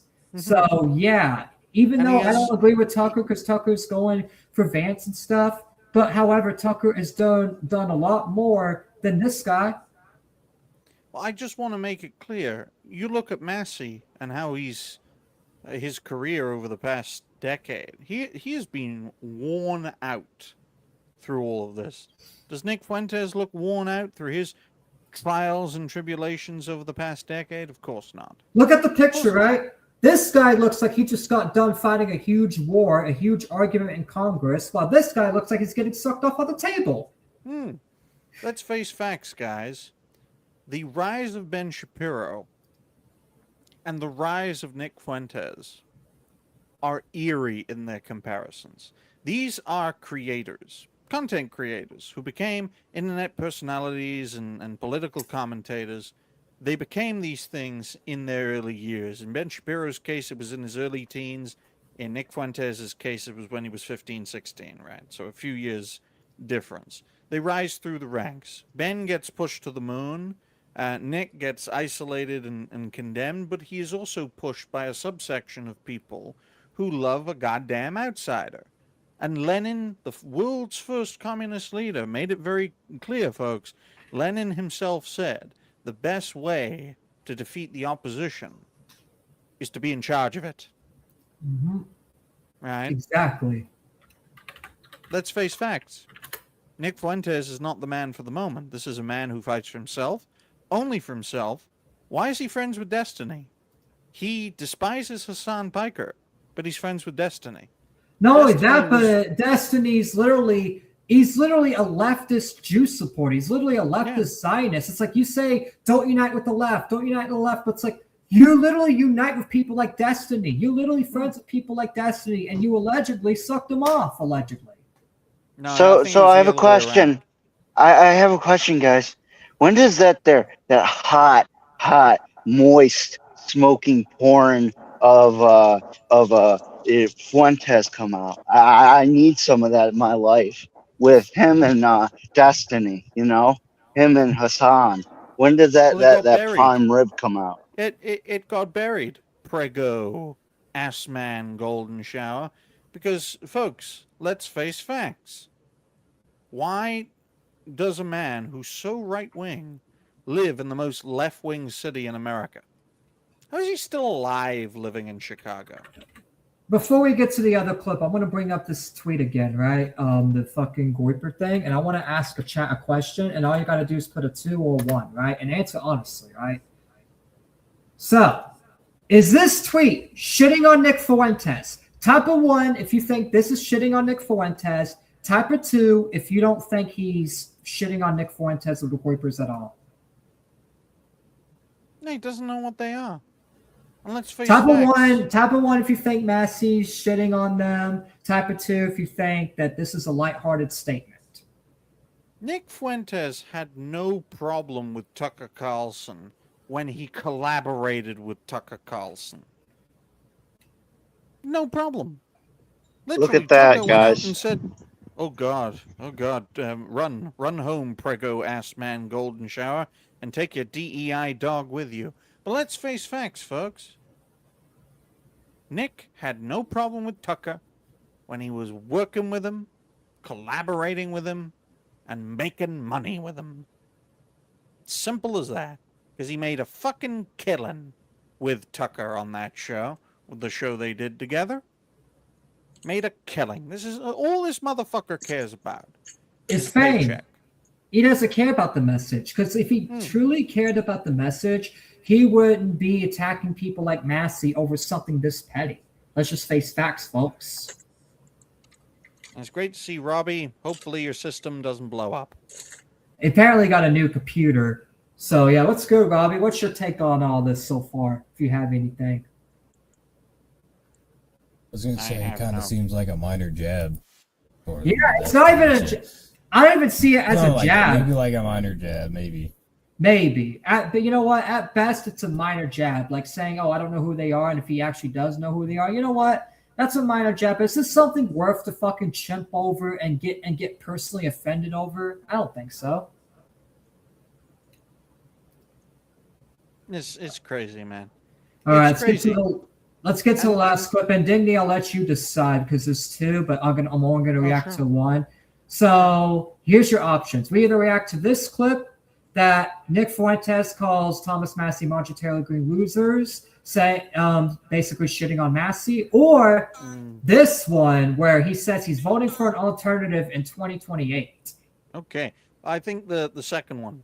This one? Yeah. The alternative one? Mm-hmm.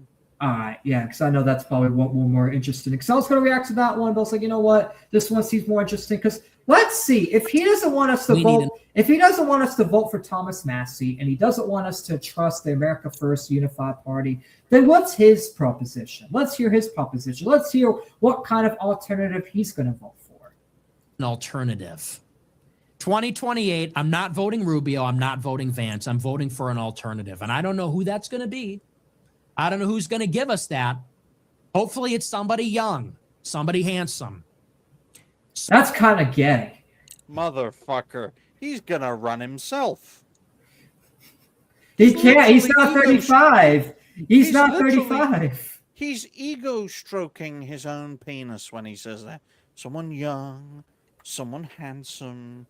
Someone that looks like me, but it's like, that's the thing. You're going to have to get older people because guess what? The age to run for president is 35. You need to be 35 years old in order to run. He can't run for someone on Senate. Oh, no, he can. But it's like, why hasn't he? Somebody who maybe has some credibility. He'd get destroyed, exactly. See, I criticize Dan Bilzerian because Dan Bilzerian's running in a district where there's an actual America First candidate. And my opinion on Dan Bilzerian hasn't changed. But however, at least Dan Bilzerian is doing something, even though I don't agree with the way he's doing it. At least Dan Bilzerian is actually going out there and running for Congress, even if you don't agree with the way he's doing it, even if you think it's a shitty campaign. It's like, at least he's doing something. You're sitting on your ass. It's like, I got to give a compliment to Dan at least. It's like, even though I don't agree with Dan Bilzerian on a lot, and I think he should get out of the race and endorse Aaron Baker and stop splitting the vote. That's just my opinion. I still think at least Dan's doing something. At least he's running for Congress. Yeah, he's not doing it well, and I think he should definitely do it a lot better, and I'll still criticize him on that. And I think Nick is right when he says that Dan Bilzerian's running a goofy campaign, but at least he's doing something. You're not doing anything. You're just going on a podcast taking money from people. That's all you're doing, and you're counter-signaling against people like Massie who are doing something. I wasn't upset when he counter-signaled against Dan Bilzerian. Also, this background noise. I wasn't mad when he counter-signaled against Dan Bilzerian, but I am mad that he counter-signaled against someone like Massie because Massie made history. Massie got the Epstein files released. Massie's doing everything that America First candidates should do. And I would vote for Massie for president because I think he would be a good president. Now, is he going to have a hard time? Yes, but any person that runs under America First is going to have a hard time. That's just a fact. Well, Operation Wrench, Triton. A third party doesn't need to get a lot of support in order to make it so neither the Democrats nor the Republicans can get to 270. That should be the aim of any third party. Don't go to Florida. Don't go to Texas. Don't go to California or New York. Go to fucking Wyoming. Go to Alaska. Go to the Dakotas. Go to Delaware and Vermont, New Hampshire, Maine. Go to small states. Hell, isn't that what Massie did? Was going because he went to Kentucky, was there for years and years and years, and he only got voted out because he was actually making too much chaos. But Massie actually did do that. That's why he has influence, because he went to Kentucky to an easy district and got all the influence he needed. And that's why he was able to cause so much chaos. Yeah, but unfortunately, places like Kentucky, places like Tennessee, places like North Carolina, places like Virginia, their populations are too big. You literally need to go to states and to populations that are very small and exploit the electoral college system in order to get enough electoral college votes to essentially dictate who the next president is going to be, or force Democrats and Republicans to support one another's candidate and prove that the entire system is rigged. Right? It's called. I like to call it Operation Wrench, folks. You're literally putting a spanner in the works, putting a wrench in the clockwork. I can share my screen at Triton to remind people of what it would take. It wouldn't be easy, but it would certainly be possible. And you wouldn't need a mass party to do it. You just need a party that targeted certain areas of the country. Let me see if I can share my screen real quick. This is a very optimistic view of Operation Wrench. I don't think it would do that well in terms of. I don't think Operation Wrench would do this well, folks. But this would be like a very, very good. That would basically be best case scenario. Yes, the best case scenario, folks, and that is Democrats and Republicans split down the middle, and this new force that targets the smaller states with the smaller populations doing well in those certain states. Now, realistically, all these yellow states wouldn't be successful, but this is just the best case scenario. But realistic scenario, it's like I'm not gonna lie, Alaska would be a little hard because I looked it up. They only got one congressional district, so the only thing it takes is just one, Well, let's get rid of a few. Let's use less optimistic scenarios, folks, and let's use that, and let's use this, and even under this scenario, it's still possible to stop. Oh yeah, no, it's still like that's probably worst case scenario, if anything. Maybe. Worst case scenario is that there's not a single piece of yellow on the fucking map. Oh yeah, I take your point in that perspective. But what would be the absolute background noise? Minimum? What would be the absolute minimum requirement needed? Let's get rid of these states, and let's get rid of this one, and let's get rid of Alaska, and I'm not getting rid of Kansas or Maine because their systems are fucking annoying. Let's get rid of Idaho. Let's get rid of Montana. And let's get rid of, well, what else would we need? Let's say good old Wyoming decides to go red. Still 269. You'd only need, under this worst case scenario, all you would need to essentially stop the uniparty is the Dakotas, Nebraska, Kansas, and fucking Maine, right? That's all you need. Because you need 270 folks of the Electoral College to vote for a president. Either 269 and one Democrat, and that Democrat's going to get fucking hanged, or 248 Democrats and 21 of the yellow, because the yellow third party says, well, give us a role in the government, like a coalition government. Give us a role in the government, then we can have mass deportations. Then we could basically hold your fucking government hostage. And you know what's crazy too is technically Tucker Carlson can go and run in Maine because he lives in Maine. He lives in a small state. Tucker's actually thinking, like, that's the thing. I'm sure, like, if he does think about running for like a Senate or something, he's gonna do it in Maine, and he's already liked in the local area, so he'll definitely win. So it's like he has a better chance than Nick, because Nick literally lives in Illinois. I pressed the wrong button. Talk about a blooper, folks. It was Israel. The Israelis did it. All right, so let's finish this clip, and then we're going to get to the Power World, not Power World, but PlayStation segment of PlayStation, basically. And I don't know if you're going to stay for that or not, but it's up to you, Digny. But let's finish this. The Trump movement, somebody who can claim to be a legitimate inheritor to the Trump movement, but also understanding and critical of where it went wrong. A true nationalist. That's like Thomas Massie, right? Thomas Massie understands what went wrong with the Trump movement. In fact, people want to say he's not a Republican. He is a Republican. In fact, he ran as a Republican. Yeah, he's more like a Republican libertarian, if anything. But he is a conservative by heart. He votes on everything conservative. So it's like, this guy just doesn't like Thomas Massie just because Thomas Massie fucking said something mean, quote unquote. All he said was he didn't even know you. It's like, bro, are you that much? Do you have that much? Nick has no plan.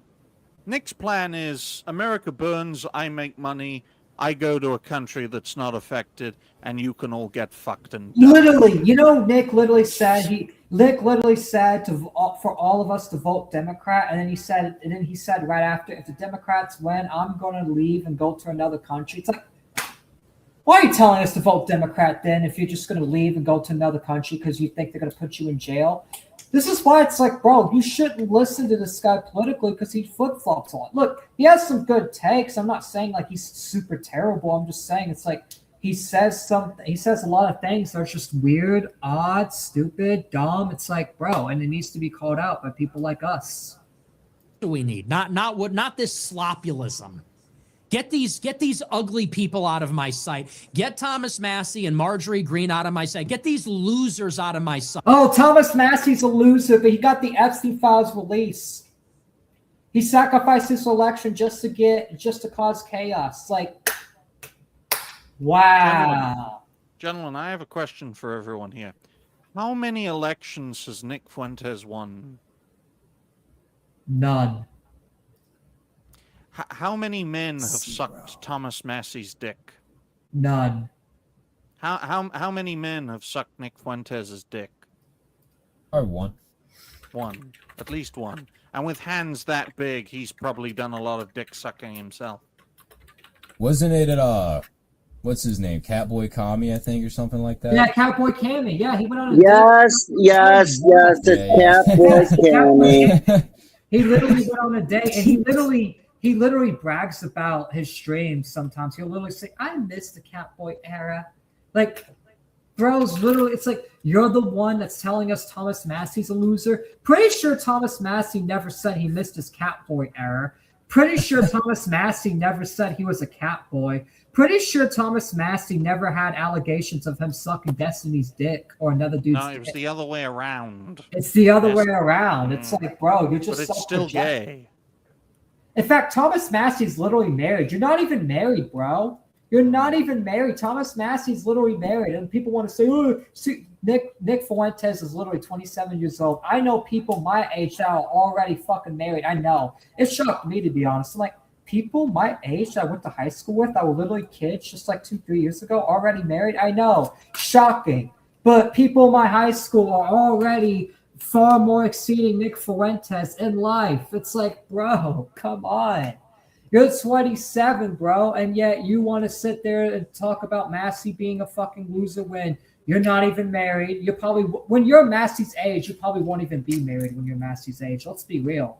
He won't even ever get married, probably. He says having sex with women's gay, so he's never going to get married. He's never going to have a wife or kids. He thinks having family's gay. It's like, bro, you want to call Thomas Massie the loser? You want to say he's the loser candidate? What? Do you want someone like Cowboy Cammy to run? I bet you if it was Cowboy Cammy versus Thomas Massie, he'd pick Cowboy Cammy for president. Literally. Yep. Am I wrong? No, not at all. Right. Joe Kent is a loser. He lost. Joe Kent lost twice. Why is he lecturing us about being purple? He lost a purple district against a female Democrat. You're a loser. Why is Thomas Massie telling me anything? You lost your district. Yeah, but why did he lose his district? You even said so. Oh, wait, because the Israeli lobby put $32 million into it. It's not because he was a bad candidate, you fucking retard. They put a lot of money into it. Who the fuck is, Ed Galloway still hasn't been found, right? Where's Ed Galloway? He's not even tweeted yet. Like, he was definitely put there as a plant just to get Thomas Massie out because Thomas Massie was a threat. What elections have you won? You endorsed Laura Loomer, for fuck's sake, and she didn't even win. You endorsed Joe Kent at the time, and he didn't win because of your endorsement. That's why Joe Kent disavowed you, because your endorsement hurt him more than anything. How many candidates Does this guy not get won it? elections? Does this guy not get that everything he touches burns to fucking fire? Literally? Yes, because that's exactly what an America Fed does. It's an infiltrator, folks. Emphasis on the traitor. This boy was literally groomed to be a Fed. You know what? I'm gonna make a new poll. I'm gonna see if people think Nick Fuentes is a Fed or not. Chat. Let's see. Even if he isn't a Fed, he's a faggot. I mean, we know that because of the Cowboy Candy thing and him saying having sex with women is gay. It's like, bro, you don't even have to be political. Like, there's few people in my audience that are not even political that will agree. Yeah, saying having sex with women is gay. Yeah, that means you're fucking gay yourself. Thomas Massie said the other day, I don't know what a groiper is, but there ain't no groipers in D.C. Well, there's going to be no Thomas Massie in D.C. soon either, my friend. He took that so personally. Look at him. He's so mad. He's so mad. Look at his face. Look at his eyes. He looks like He's an he wants to egoist. literally murder Thomas Massie. He literally, if Thomas Massie was in front of him right now, he would literally rip Thomas Massie's head off. That's how mad he is over a stupid comment like that. He's an egoist, quite frankly. Just like Ben Shapiro is an egoist. He's At the like, end of the day, one of the reasons why the United States is in the perilous position it is at is because the people who should have the responsibility and, dare I say, the dignity to lead the republic to peace and prosperity are more concerned with feathering their own goddamn nests than they are ensuring economic peace, or prosperity rather, and social peace. These people are more concerned with putting money in their own back pockets. Whether exactly. it's Trump, Biden, the Obamas, Ben Shapiro, fucking Nick Fuentes, they don't care about you. They're not of the people. They don't buy the people. They are not for the people. They are for their pockets, by their pockets, and they stand only to amass fame and fortune doing what they do. It's no different in the pop culture sphere. It's no different in the political sphere. Right? You and I and all the viewers here are simply a means to a fucking end. And once we let's face serve our fact. usefulness, we'll be tossed to the wolves. Let's face facts, right? Thomas Massie lost his election, right? And he still has the same rhetoric. In fact, the election night he lost to Ed Galloway, he literally made a joke at Ed Galloway's expense saying, "Where's Ed Galloway?" And I looked for him in television. It's like Thomas Massie's rhetoric hasn't changed even when he has losses. It's like that's how you know someone's a true patriot and someone's trustworthy is their rhetoric never changes, especially when they fucking lose. When this guy loses, he submits like a little bitch. That's why Nick is shitting on Thomas Massie, because Thomas Massie's doing the patriotic thing of not submitting, not changing his rhetoric. I'll tell you something. In 2027, there's going to be 0 Thomas Massies in Washington. There's going to be still hundreds, maybe thousands of Groypers. Oh, really? Oh, really? Name one Groyper in Washington, D.C. right now. I want everyone in chat, Torrin, Jim, everyone. Just name one. Can y'all name one Groyper? Even people Lindsey like Graham. Oh wait, no, that's gay, Congressman. Look, guys, you want to know why Washington is so fucked up? I'll tell you why. There are hundreds, if not thousands, of Groypers there. Right? I personally not haven't seen any, but that's the but thing. I think a lot of them keep it on the down low, and they don't really tell Well, people. do you know- because do they'll- you know what that that's makes what him, Nick- Robbie? Hold on. I want to say this for Response. Robbie's point. I want to say this for Robbie's point, right? Nick literally told people to do that, and Thomas Massie's doing that exact same thing with that post, and he's shitting on Massie for it. It's like you literally tell people, don't call yourselves Groypers. He even said, pretend to disavow Groypers, and yet you're still going to attack and be enraged when people take your advice. It's like, what if Thomas Massie watched that exact clip, because that clip was literally recent, and took your advice and is wondering, why am I still being attacked? I thought this is what he wanted. Make up your damn mind what you want. Stop being bipolar. Now, Well, what let's did you face say, facts. Jamie? Like at least Let- stay consistent to your views, you know. Yeah, Like if exactly. you're gonna say something, keep it. Otherwise, just don't say it if you're not unsure about what you're thinking. Nick Fuentes is a guy who wanted to bang Sophie Rain, a fucking whore prostitute, okay? This man is not consistent. He does this for the lols. He does it for the fame. He does it for the fortune. He doesn't believe in America First as an ideology. He believes in America First as a fucking commodity. It's why he trademarked it. He trademarked the literal name that came from the America First Committee. Literally stole the trademark because it ran out of time. That's the kind of person we're dealing with. If there are hundreds, if not thousands, of Groypers in Washington, D.C., Washington, D.C. only has a couple of 100,000 people, folks. 500, 600,000 people. Less than 1 million people. If there were that many Groypers at the heart of Washington, D.C., then surely they would be a political force to be reckoned with. Oh, wait, no. You're just like Nigel Farage in the UK. If anyone outshines you, you fucking crush them because you're a fed, you're a plant, you're a stooge. You are literally there to be controlled opposition. That's why this faggot was not arrested on January 6th. Because he's a plant. Mm-hmm. Goodness me. And So take off that maybe suit. somebody, You look maybe you're ridiculous in it. nephew can catch you up to speed on what a groiper is. Maybe they can educate you. That Politico article came out. He goes, I don't know what a groiper is. I think there's just a lot of America First people. Well, there's going to be zero of you, my friend. There's going to be zero pro-amnesty libertarians named Thomas Massie in the House because you lost your election. And why is that? If Al-Sayed could win a Senate statewide primary in Michigan, a swing state, you couldn't carry Northern Kentucky, loser. Bro, you said why he lost. You said it was because of the money they poured in. You fucking idiot. You're flipping on your position.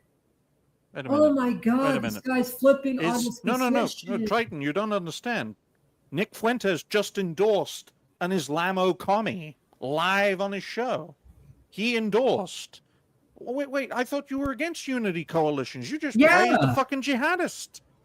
You literally praised the jihadist. No, wait, isn't that why he hates Sneeko? Because Sneeko's too pro-Muslim and wants these lefty commies in power and endorse someone like Mamdani? Isn't that literally Michigan Mamdani that he just endorsed? That's literally Michigan Mamdani, yet you're going to hate Sneeko for endorsing Mamdani? Let me tell you what Sneeko is. Sneeko is the Muslim Nick Fuentes, another fucking Fed faggot for that side as well. I don't think Sneeko's a Fed. Like, look, I don't agree with like his earlier takes and stuff about the cutest thing. I think it's disgusting. Triton, all of them.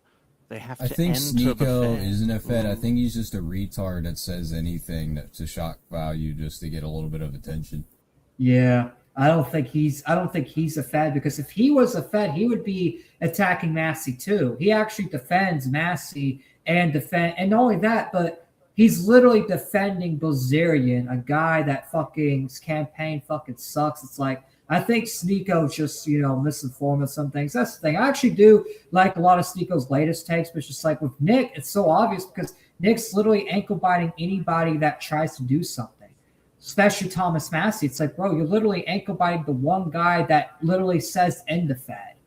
Like, how are you going to believe you're not a Fed if you're going after the one guy that says end the Fed over a stupid comment that no normal person would be offended over? Like, even though James Fishback, right, said, like, that's not exact. Let's say Thomas Massie said he didn't know who the Ravens were or the Ravencast, even though he follows me on Twitter. I wouldn't get mad at him.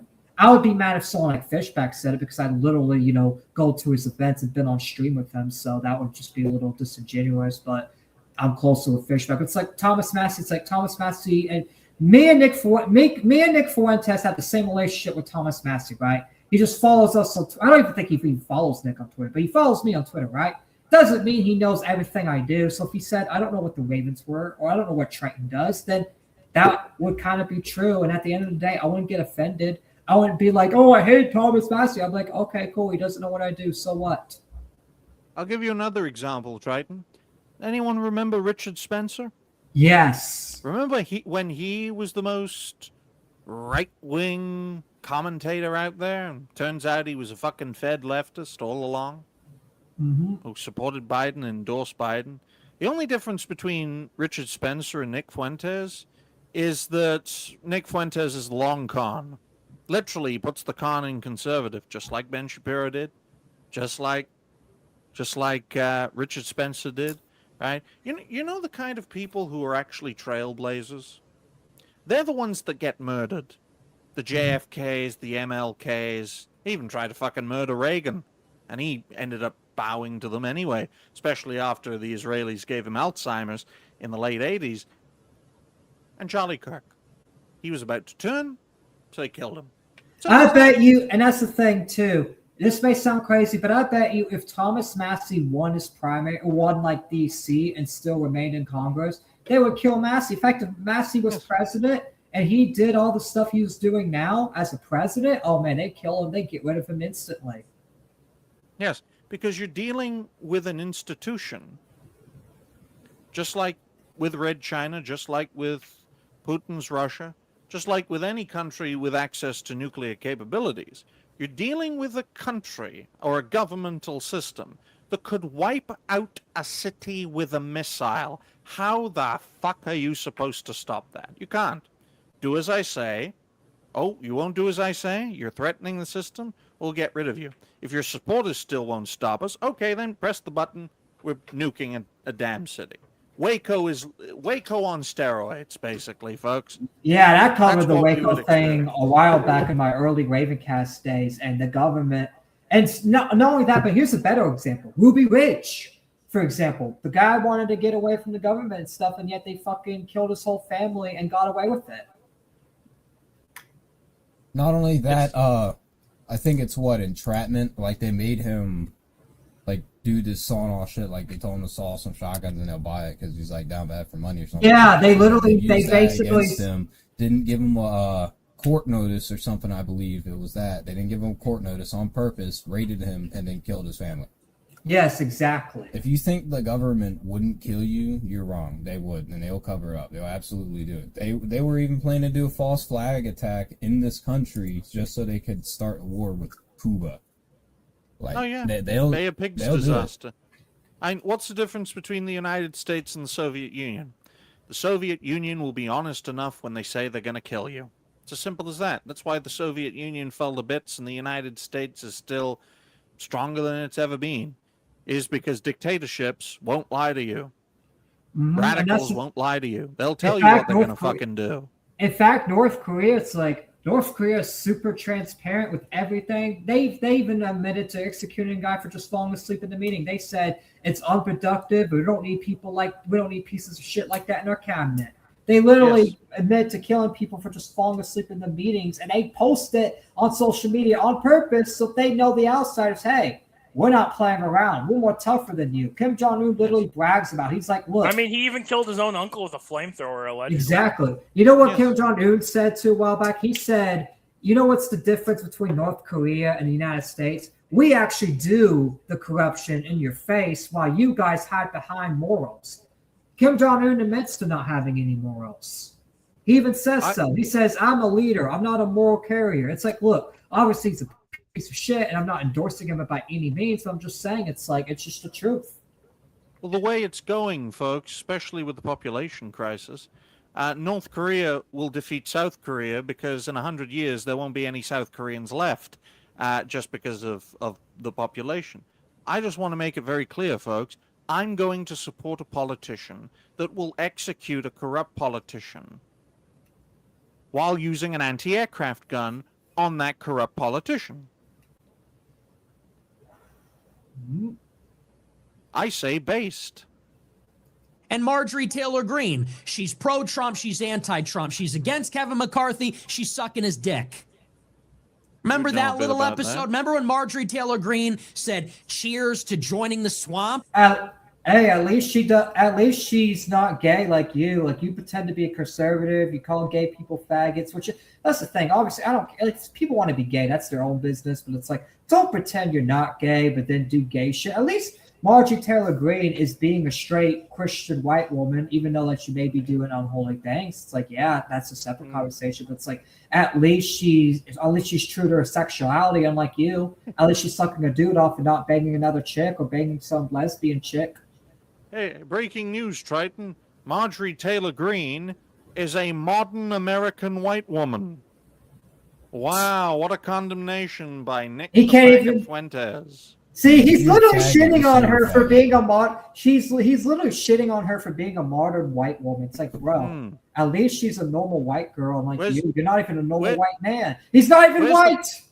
Where's the condemnation for Savannah Cannon sticking up her legs and showing her fanny, right? Where she's talking about, blacks make up 13% of the population. Another thing too, 50% of the crime. Another thing too, right? How can you be a white supremacist but you are a Mexican? How does that work? Well, it doesn't Real work quick. if you're an American. It does work if you're a European. Yes, Jim, is it on topic? Never mind. I'll talk to Seth afterwards. Okay, Osama I was bin check Biden. DMs real quick, Jim, if you're When she won her re-election in 22, and then she supported McCarthy's bid for the speakership. I remember that. Most of you guys have a short memory. Remember when Marjorie Taylor Greene shut down Matt Gaetz and Paul Gosar, and she shut down the Freedom Caucus opposition to Kevin McCarthy's bid for the speakership? Oh, now she's against the establishment? She's about as loyal to her principles as she was to her husband and her family, which is not at all. So get this Cro-Magnon, get this early hominid out of my sight, get the libertarian loser, get the wooden CIA operative Joe Kent, get these fucking ugly losers out of my sight. And Tucker Carlson, who says he's against white identity, who says he's talking to his friends in Israel about how he's not an enemy of Israel, he loves Israel, loves to go there. Get this Russian operative out of my sight too. I don't need any of these people. What? At least they make a change. That's the thing. Like I said, I don't even fully trust Tucker. The only one I could say I fully trust out of all these people is Thomas Massie, because Thomas Massie's not in bed with any other foreign government. Or any man. Yeah, or any man. Or woman. I mean, he's in bed with his wife, but that's it. Yeah, I meant in an affair. I find it very referencing her. You know, there's also hold on, Dignity. I want to say this too. There was a false rumor which got debunked so quickly. They tried to say Thomas Massie was having an affair with Ilhan Omar. It's like, huh? Apparently, Thomas. Right before. Or go ahead, Dignity. Look, I just wanted to point out his last point about Tucker being a Russian operative. Only fucking establishment Democrats believe Russiagate was a thing. Only feds believe Russia meddles in American elections. And this man is calling Trump, not Trump, this man is calling Tucker, probably called Trump a fucking Russian asset too. Because let's face facts, folks, this motherfucker came out of nowhere. Just like Ben Shapiro came out of nowhere. We know the origins of Charlie Kirk. Not only that, but let me tell you why Nick Fuentes calls Tucker Carlson a Russian operative. It's because Putin only, because Tucker Carlson was the only American journalist that I know of. I mean, that Nick apparently knows of that interviewed Putin. It's like just because is he jealous? He get his exclusive. Boo hoo. Boo hoo. Tucker couldn't suck off Putin. Boo hoo. Boo hoo. Tucker beat him to Putin. At least Tucker Carlson is actually getting interviews. It's like, well, what's wrong with interview? Just because you interview someone, it doesn't even make you a fed. You're just hearing their side out. In fact, Tucker even told Putin to his face, I don't agree with you on everything. And they had a civil conversation about it. So it's like, is that a fed? A fed would be like, yes, Putin, like basically say everything. Tucker pushed back a little bit. It's like, not only that, this guy literally went on an interview with Hunter Biden. Literally went on an interview with Hunter Biden. And had a good time afterwards, no doubt. Had a good time. Not only that, was saying that he loved Hunter Biden, that Hunter Biden was the future, all this and that. It's like, so he's a unity candidate. Are you telling me you wouldn't smoke crack with Hunter Biden too? I would lynch that motherfucker from the nearest lamppost, Rob. In Minecraft for YouTube purposes. Yes. No, in Terraria. Or Gary's model. Whatever video game y'all want. Minecraft, Terraria. People undersell Terraria. It's a great two-dimensional Oh, no, game. I haven't played it in years, but I used to play it. I used to play it with my sister all the time. Like, Terraria is really fun. I just say Gmod Dark RP because I used to make meth in the game. Had a literal meth empire in the game. It's fucking fun. God damn.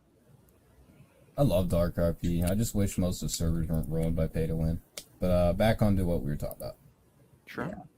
So that's basically the end of that segment. How much time do you have, Digny? Do you want to go over that last clip, or do you want to? I'm gonna let you guys. I'm gonna let you guys land this plane. I'm just gonna take the soldier. Bye for now, guys. Bye for now. And by the way, we are still here. Also, apparently, they say stream's lagging. Hold up, let me check real quick. I'll bring that up real quick and see. Yeah, bring it up and see. Looks fine on my end. Stock. Yeah, I can hear myself. Test 1, 2. If you're using Brave browser, refresh the page because Brave browser likes to eat up memory due to YouTube being an asshole about ad blocking.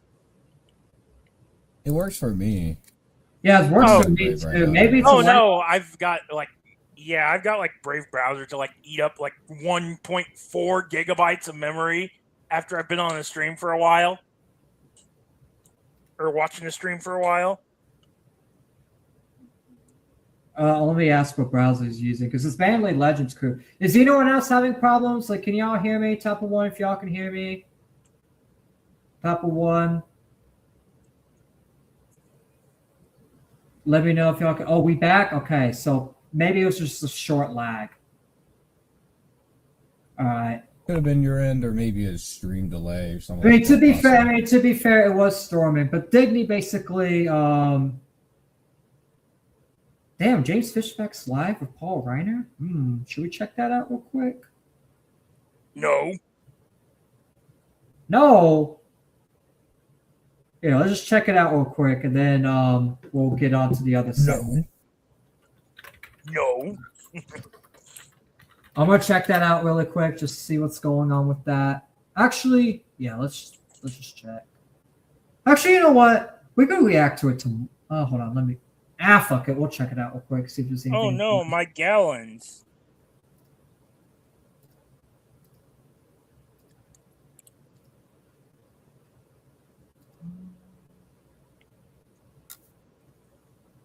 Country and the pregnancy help movement, and I also am with Personhood Florida as well. Okay, nothing going on.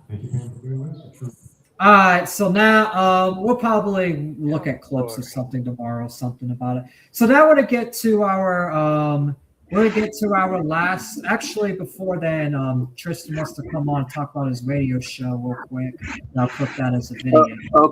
Okay. So. Oh yeah, Jim. Since you were gone, give your final thoughts on the whole Nick Fuentes attacking Thomas Massie. He can go blow it out his porthole, and I'll watch the gay porn after. I'm just kidding. Anyways, no, but seriously, he's a piece of shit. You can go and die, bro. He flip flops too damn much, and it's all about him at the end of the day. He's not true to anything. I don't care about his opinions anymore. What about you, Robbie? I don't know much on the situation currently. All right, what about you? I'd say it's dumb, though, to attack someone who's actually doing more than you are currently and still actively trying to do something. I mean, what are you doing besides sitting here and just ranting? I mean, he's actually going out and doing the stuff you're talking about, and you're sitting here shitting on the man. Exactly. Like he's actually making historic changes. What about you, Torin? Any thoughts? Nope, not really. All right, so now we're going to switch to, before we get to the PlayStation thing, we're going to spend probably like 5-10 minutes having Tristan on talk about his wrestling mania. What is up, Tristan? So you wanted to come on here real quick to talk about the RCLC Mania 2, that event that you have going on? Yeah, so explain to the audience and to the people that don't know what it is, what the event is and stuff like that. So we didn't do the first one, but I tried to do it myself just to pass right by it. But basically, it's an event that involves pretty much all of the creative wrestlers that I have in WWE 2K25 now. For Season 2, LCRC Mania will be taking place in Portland this year instead of Salt Lake. And I have created the entire arena for this. I created the logo. I even, I'm still working on the match card as we speak. But I also did a little bit of some work on some Chat GPT, but that was only for seeing how it would look. And yes, it does look cool, but I will keep the original logo as is when it comes to like the match card reveal or something.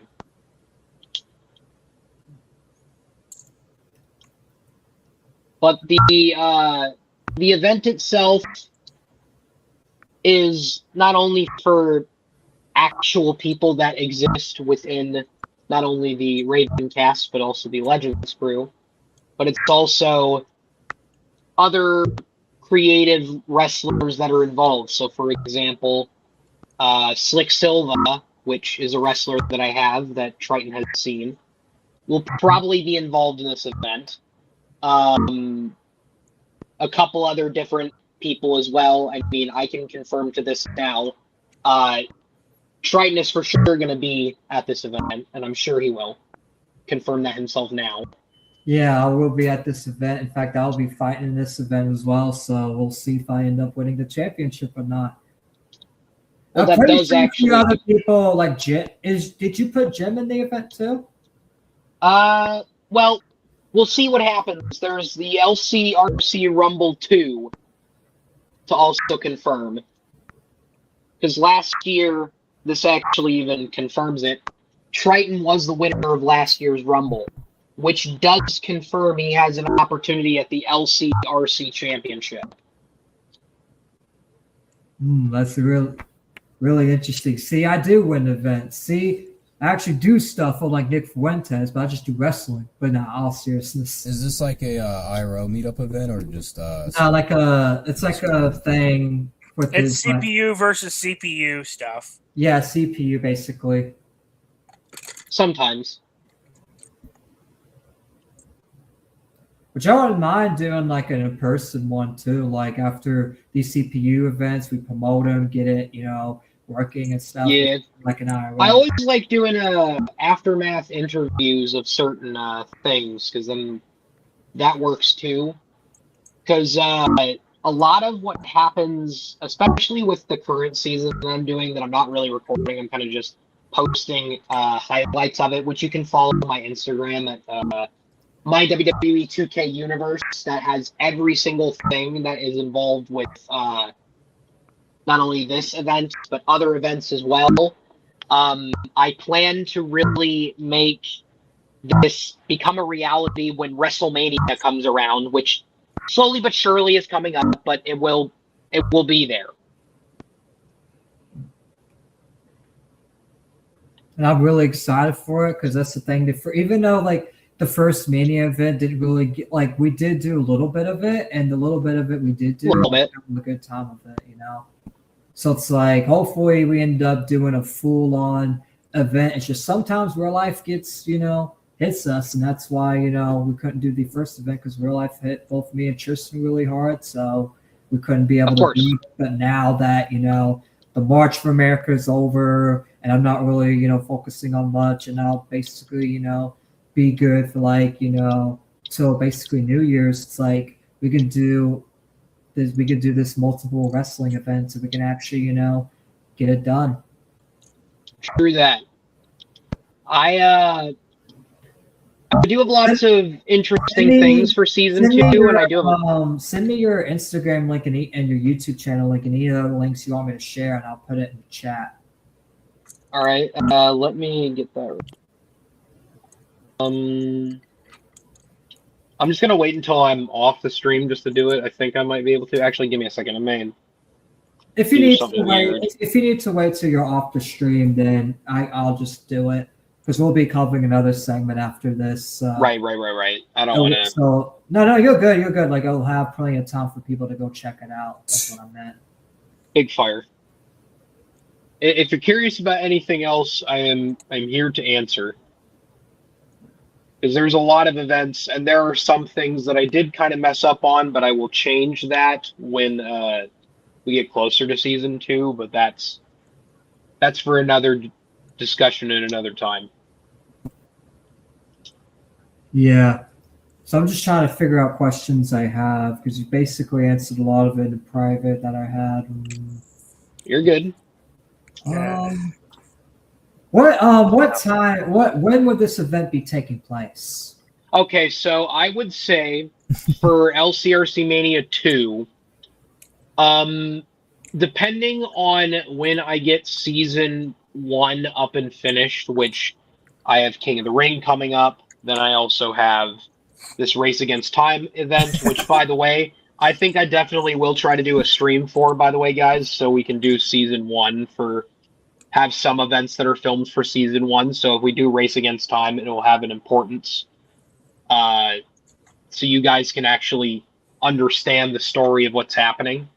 So I would say once season 1 is over and done with, which I'm hoping to be done with before the end of this year, I'm hoping that the goal here is to have LCRC Mania happen right after the 2 events that you saw on my post, which was, I believe, the Backlash event, Cloud9, break, and then after Breakdown, that's when we get to that LCRC Mania. So describe what each of the events before then are that's building up to LCRC Mania. Are these like separate events, or are these events kind of like building up the story a little bit? So these are like big PLEs. They're big events that are kind of leading up to LCRC Mania in a way. So but it's also leading up to other things. So it is like kind of part of the lore you're building up then. Yes. Everything that you see has different parts of the lore that are going within my 2K Wrestling universe. Because we are set like several years into the future.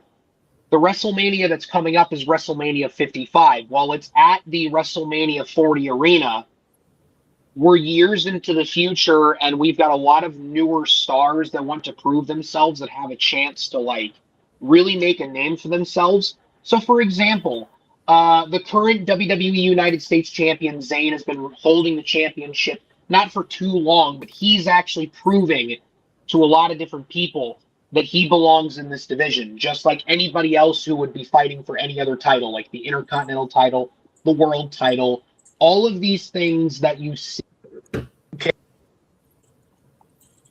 Whoops, you had a little cut. Oop. Sorry about that. They all have a purpose. So, which brings into something else I wanted to mention. There is different tournaments that are quite important to this current season 1. So like King and Queen of the Ring. But also we have the Mixed Match Challenge, which just so happens to be a tournament where whoever wins gets a shot at the mid-card titles of whatever they choose. I have the bracket actually right here to confirm it. If that is something that you are intrigued with. Yeah, that's something that I'm definitely looking forward to. Will Squiddy be the commentator? Like, are the commentators the same as the last event, or will there be new commentators? So here's how I'm going to do it. For LCRC Mania, I want to have Squiddy at least have a few different commentary things because, well, actually, I'm not telling the whole honest truth.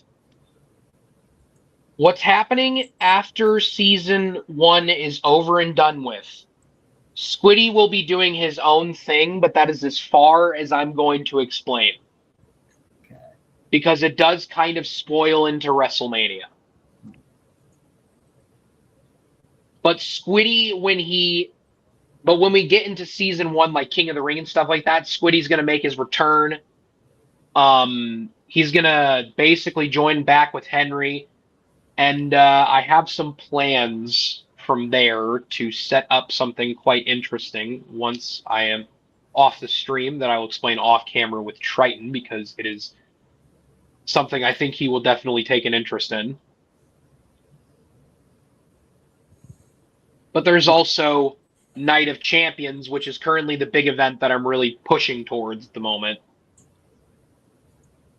So Whereas of right, go ahead. So before, all right. So is there any others? I was about to ask because I thought you were done, but I was about to ask if there's any other like sneak peeks that you want to give. Besides that tournament that I was just mentioning, the Mixed Match Challenge, there is one thing I do want to say, is that I am working very hard to get the theme songs for each of the event. And for LCRC Mania 2, I want to reveal the theme song. because we had a absolute banger of a theme last year, and I'm sure Triton will agree with that. Oh yeah, we did. Man down. What was the theme song again? Because I remember it was fire, but I just forgot the name of it.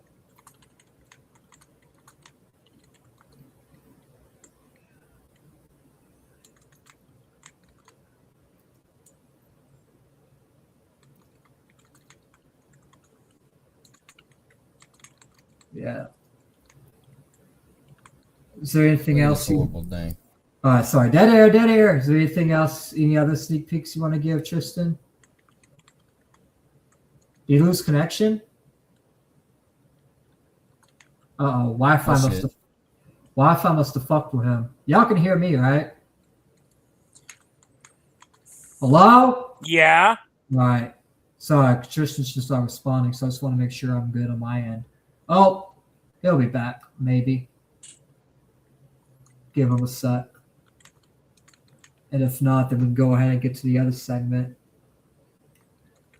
By the way, I do hear typing. Don't know if Sorry. It's me. It's all good. I didn't realize it was that loud. It was a little quiet, so I let it go, and then it got a little louder. So I'm like, sorry, I type loudly when I get excited. No, you're good. Well, I have a bad case of ligma. Ligma You're not balls. licking your balls. Wait, you said when you get upset. You're upset about something? No, I said get excited. Oh. I thought you said upset. It's like, oh. Yeah, I found a Samurai Troopers Facebook group, and it's for sharing merchandise and shit. Nice. No, secretly, what's happening is he's excited for me to sit on his lap. No, I'm not. That's probably the thing I'm least excited for. In fact, that just ruins my excitement. We'll give. You love me. You know you love me. This like you communist bitch. We'll give Tristan till 7:30, which is like 7 minutes to come back. And if he doesn't come back, then we'll go and transcend to the other segment, get it out of the way, and then call it. 'Cause we had a really great show. Everyone was engaging, and not only that, but we talked about a really important topic. Right versus referee unity. It's like we definitely need unity, and people like Nick Fuentes need to stop countersignaling that. And we're also going to be talking about the PlayStation thing. What's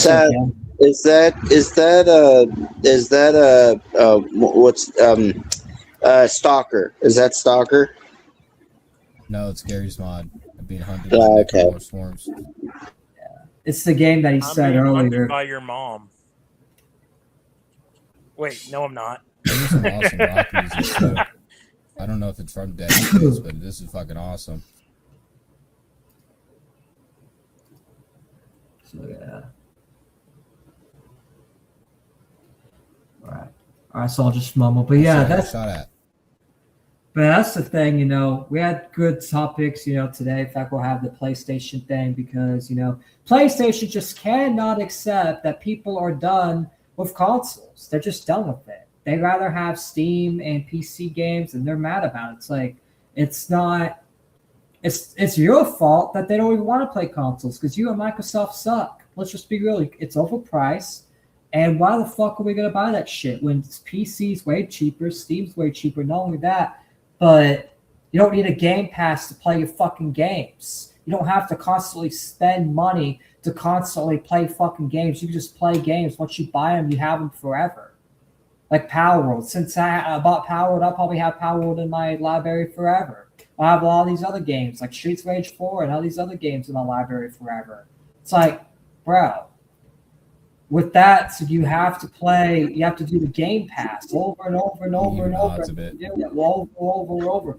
I bought Minecraft, and I still, in order to play Minecraft, I have to, especially Minecraft Online, I have to do the Game Pass. Like, you can literally play games online for free on PC after you bought the game. What do you want to say, Jim? Yeah, so what I gotta say is, Triton, they very rarely pull the shit from your library on Steam.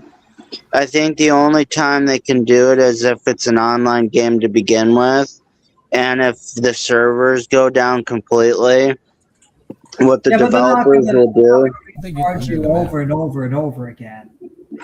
Yeah, so like, and also the cooler part is, right? Let's say you have a single player game, they pull it from the library, you just get a CD key, and then put the game back on your library, and they can't do jack shit about it. You can't do that with Xbox, and you can't do that with Sony.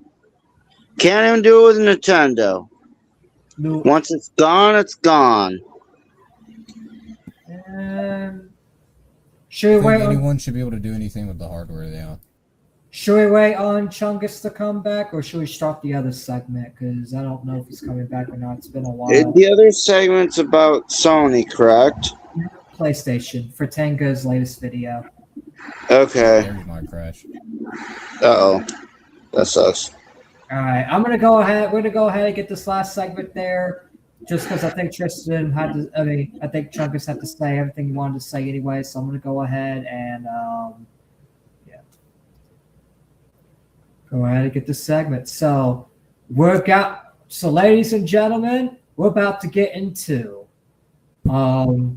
PlayStation is panicking over Steam and PC games. Let's go. 3, 2, 1.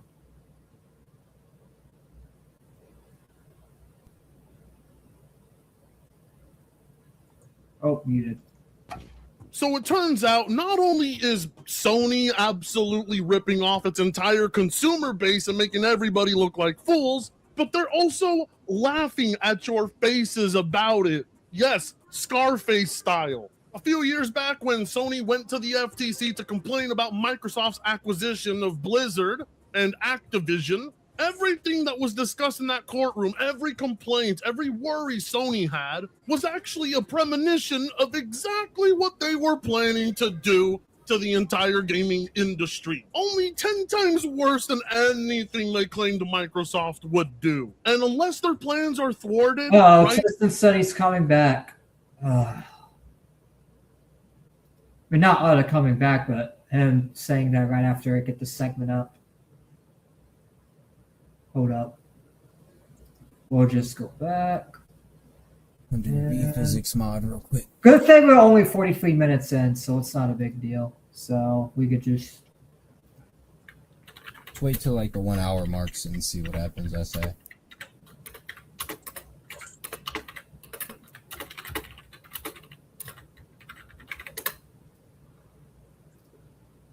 My nipples are moist and hairy. All right, there you go. Whoa. Sorry about that. No, you're good. I was getting to the last segment, but you came, which is fine. But say what you have to say so I can get to the last segment so I can get off and get something to eat. Thought someone was going to go shopping, but I guess he's not. Well, I guess no. Okay, so the theme. That's the most important thing that I wanted to reveal because, as you know, We Go on Brick for Brick was a banger. But I also think this is a banger too. When I post this, I will probably post this as soon as I get off this live and also reveal that image that I decided to turn into something cool using ChatGPT, by the way. Ladies and gentlemen, the theme song for LCRC Mania 2, look this band up. They are called The Browning. It's their remixed version of the song called Evolve from their very first EP. The reason I chose this song is because literally we're at the second event, and these superstars have all evolved from what has happened throughout Season 1. So keep that in mind when you're witnessing LCRC Mania 2.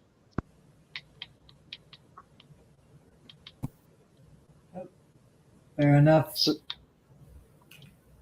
in case you need it again, it's I think it's called Evolve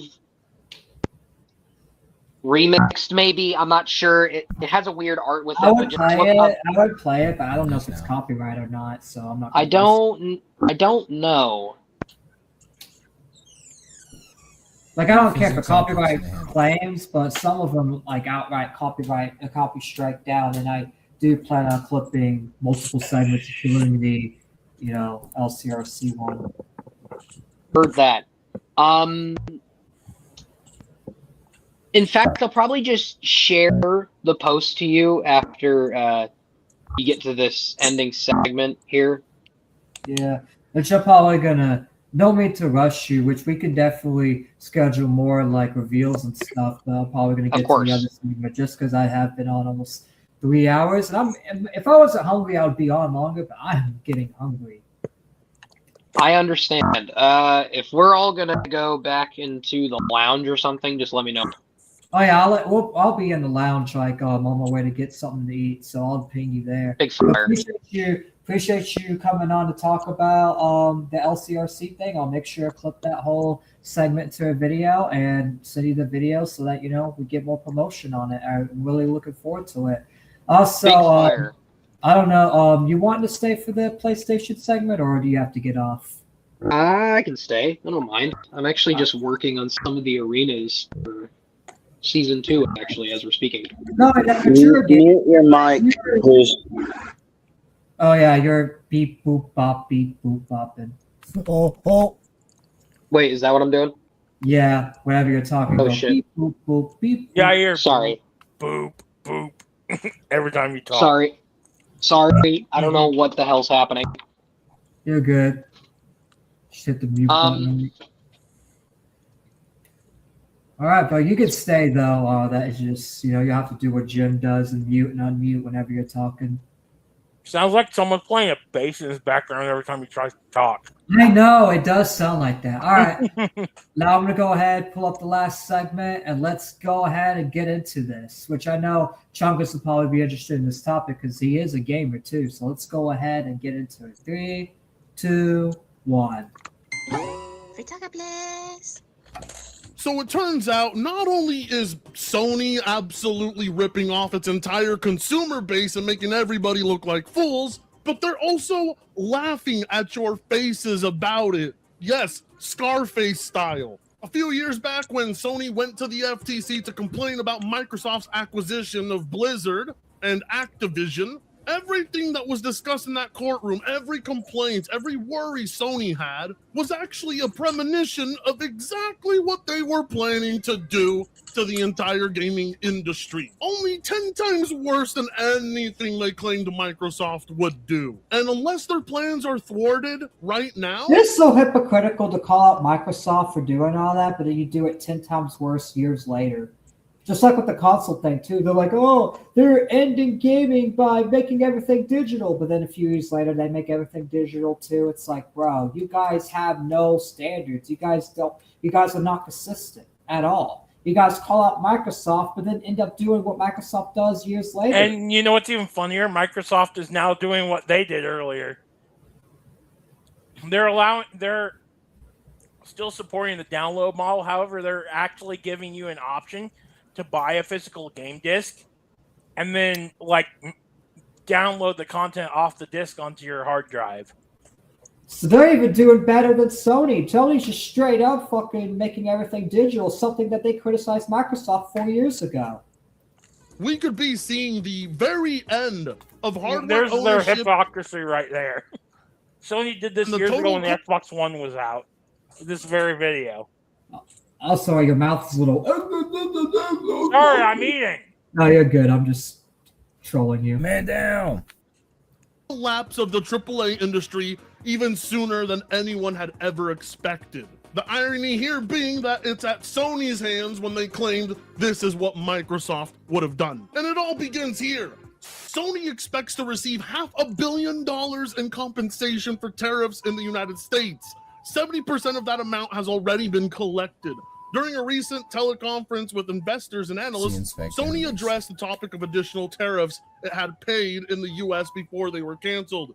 This was noted by journalist Stefan Totilio from GameFile. And this is all in spite of the fact that, last year Sony announced the price increase of the PS5 in the United States. So you're telling me they're getting billions of dollars worth of within these tariffs, right? And they're still going to overcharge you for shit? What the hell? You're getting money, and yet you're just going to overcharge, even though you're getting tons of money from a lawsuit. Really? You haven't even heard what they did with Nintendo. Nintendo? Holy shit. PlayStation ain't got nothing on Why did they do Nintendo's that? greed. Nintendo's greed, it like far surpasses Oh no, PlayStation. I know, but we're just They're covering all PlayStation. fucking greedy. But you realize Different you realize I've been covering Nintendo's greed for like almost a year now. Actually, Yeah, It'll be time a to year give Nintendo September. a breather for a day. Yeah, we've been criticizing them. In fact, my video on them, my I last want to video on piss them on got like Nintendo. 700 views. So we've milked Nintendo enough. I want to piss on Nintendo some more. Fuck Harmon. As you may We can do that another time, but let's piss on PlayStation. recall, 2 American gamers filed a lawsuit against Sony accusing it of trying to profit from tariffs. $500 million for ripping you off. And the same goes for a company like Nintendo, who's also going to be receiving a refund, but it's even more egregious coming from them when they are suing. There you go. See, man, I There's said your daily dose of shitting on Nintendo, Jim.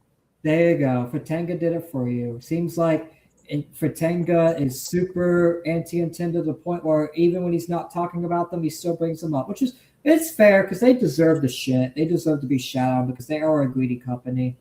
For even more. These companies, alongside the United States government and the rest of the world, profiteered off of ripping off hard-working Americans. The best part is you get to sit at home. Hardworking Americans, hardworking parents. Some cases, parents are just struggling to get by. Like, it's bad.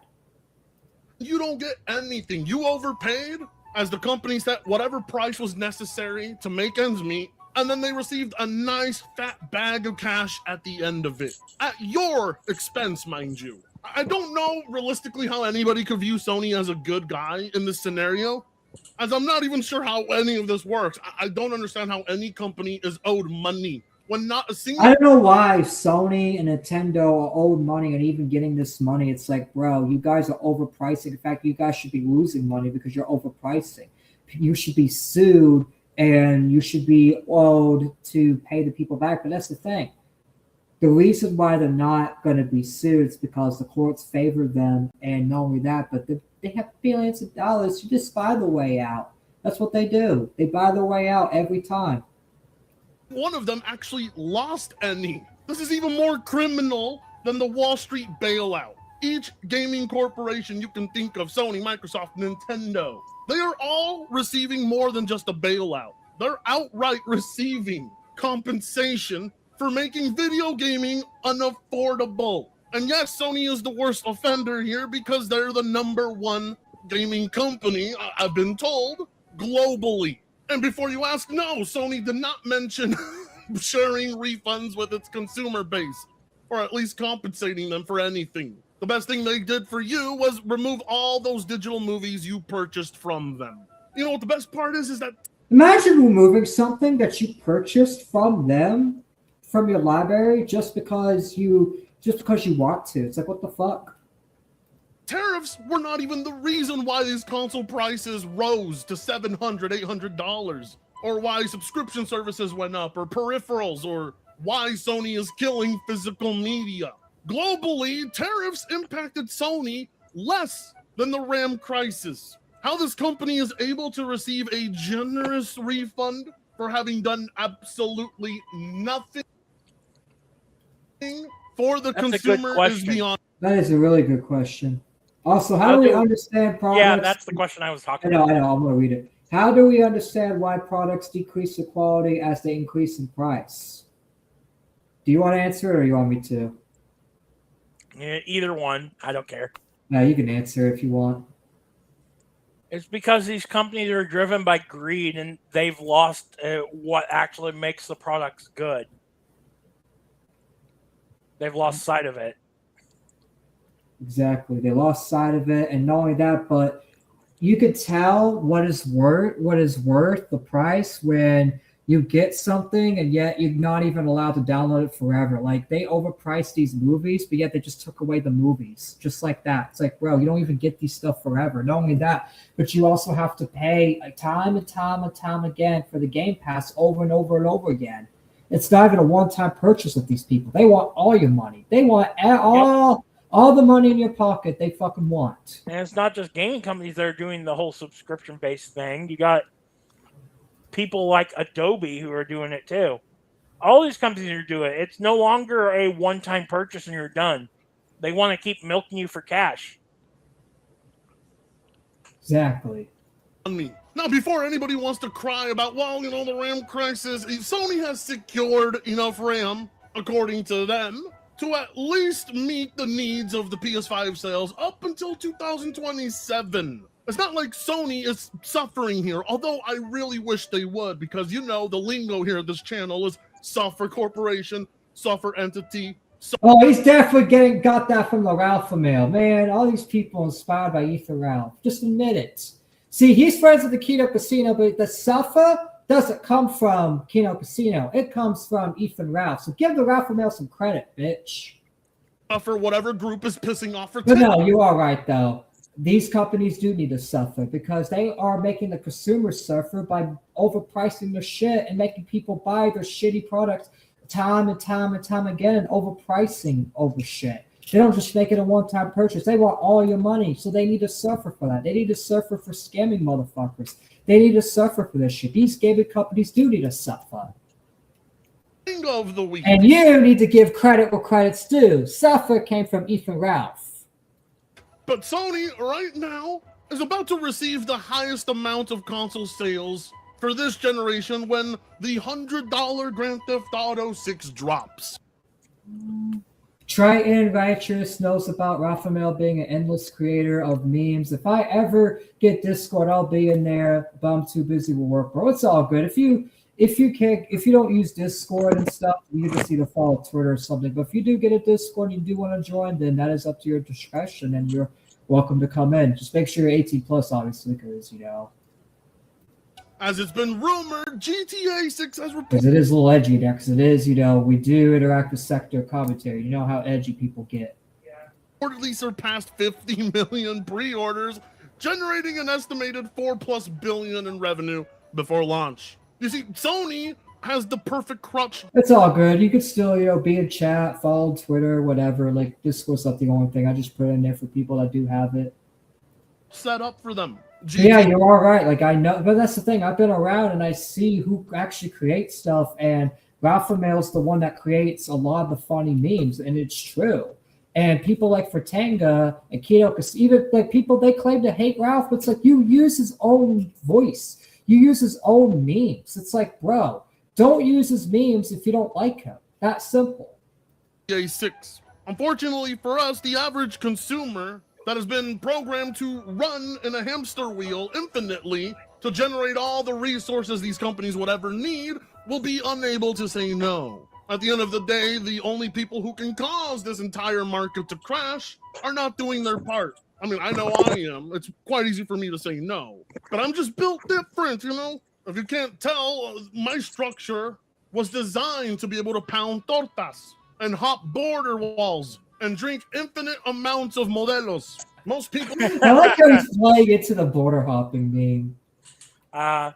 It's been a while since we've had good Fratanga jokes like this. I know he's laid low on the jokes, but it seems like he's getting back into joking and being entertaining again. It's because some asshole keeps flagging his channel. That is fair. It's like, ain't like me. But I know you, the viewer, they keep flagging it for like hate speech and shit. Yeah, they're literally flagging it for the jokes just because they're a dickhead. It's probably it usually happens during his streams. No, it's probably some dickhead Nintendo fan or probably Harmon. Like, I wouldn't be surprised if it was Harmon Smith. Imagine Harmon Smith just like, I gotta flag these Rocket Pair creators to the ground. Yep, probably. If you watching me are a niche audience, but you guys stand your ground, and hopefully we can get the rest of the morons who call themselves gamers when all they really are mass consumers to be able to turn it around on the industry, cause GTA 6 to be one of the biggest flops ever, cause the PS5 to go from one of the highest selling consoles to a sinking ship. But a popsicle stick boy can only dream, can't he? What I would give to watch this industry suffer. And Sony's strategy is proving to work in their favor. As we all know, GTA always skips PC at launch and eventually makes its way over. If such a business strategy didn't exist, Sony would be royally screwed right now. As a console's So practically... you can't lie, even though Sony's corrupt, the reason why Sony and Nintendo still exist because they play it smart. They know how to survive. They know all the loopholes. They use every single loophole they can to stay in business, to get through all the legal troubles, to get to market and stuff all like that, and to basically surpass the PC gaming. And that's why they're still around, because they got good strategy. If you have good strategy, you can survive as long as you want. Like, you can survive a pretty long time in this industry. And that's why Sony, Microsoft, Nintendo, all these shitty companies have survived a long time. It's because they got good strategy. The only reason something like Ubisoft is surviving, it's because they got 10 cents to be afloat. And that's the thing.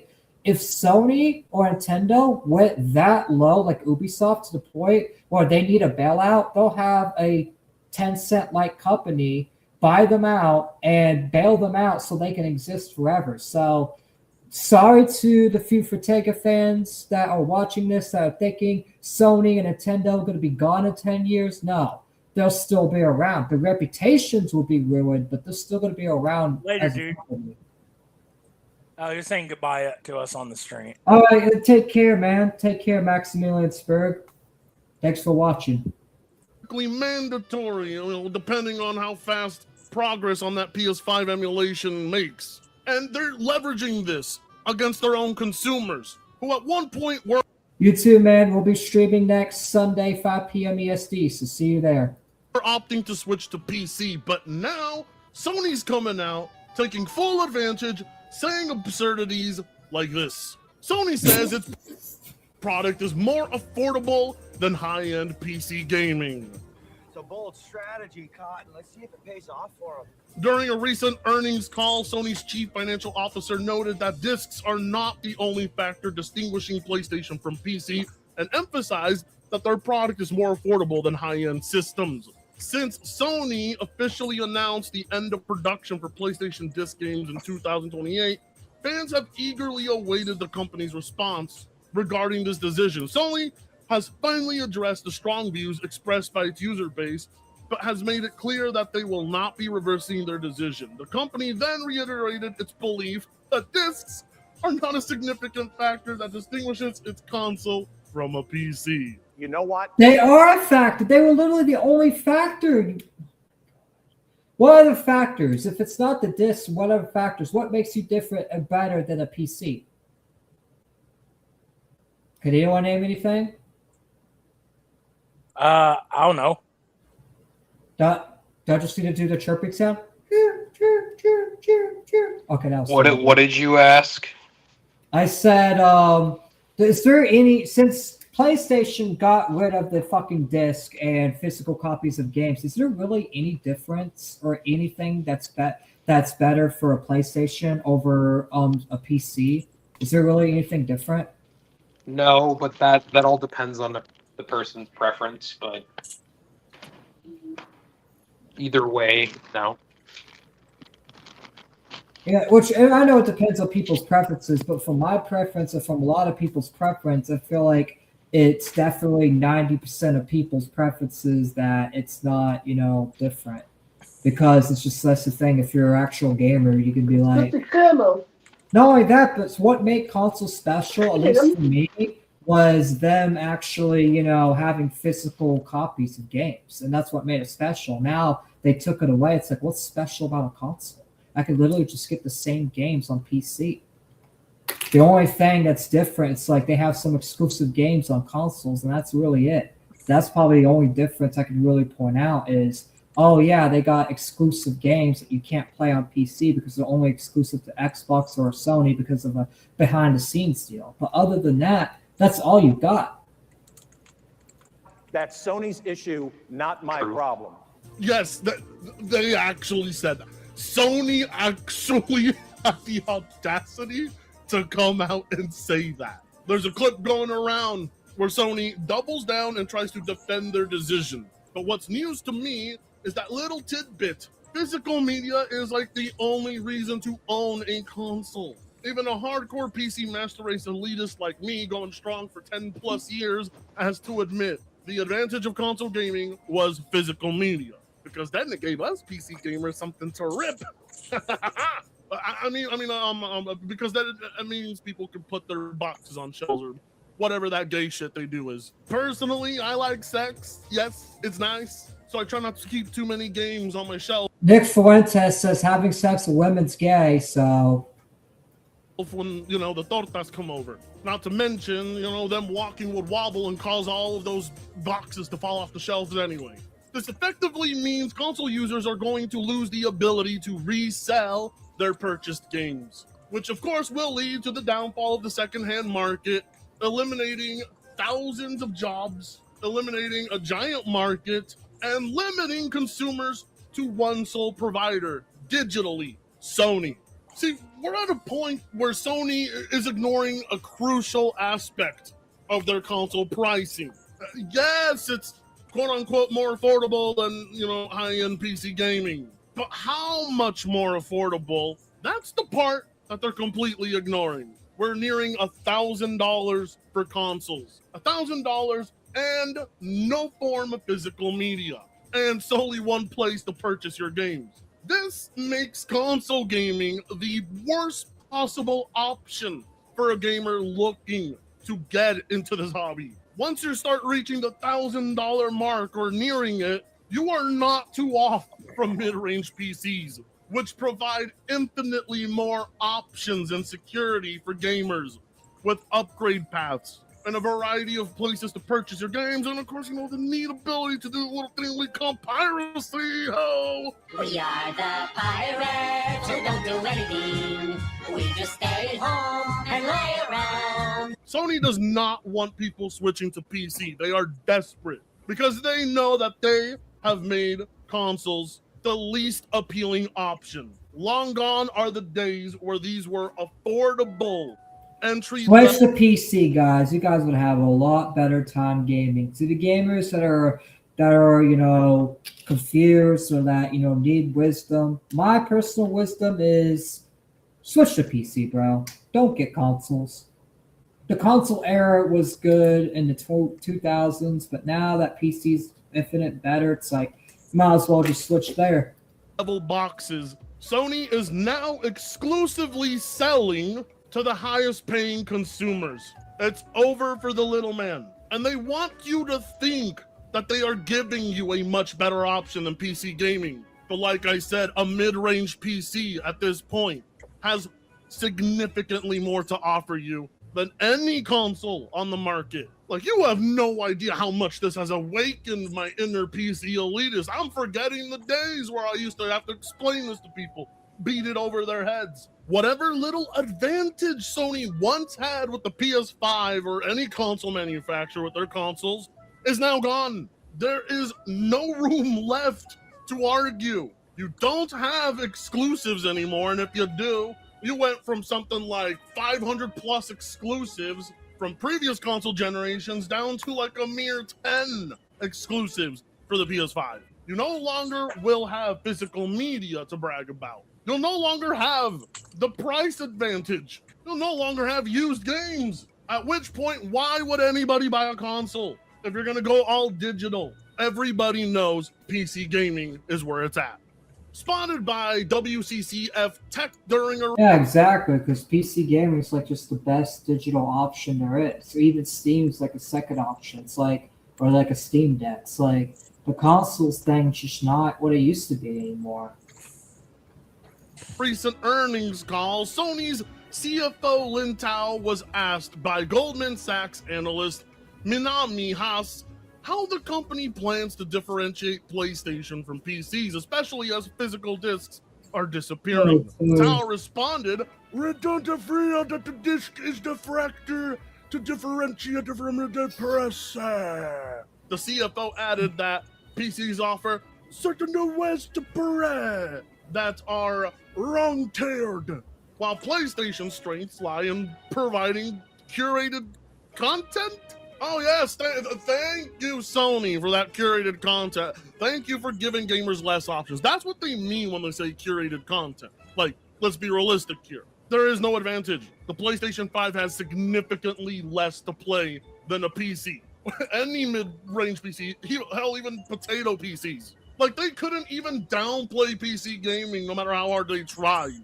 Anyone could smell that bullshit from a mile away. Tao added that another one of PlayStation's strengths is providing a stable gaming environment.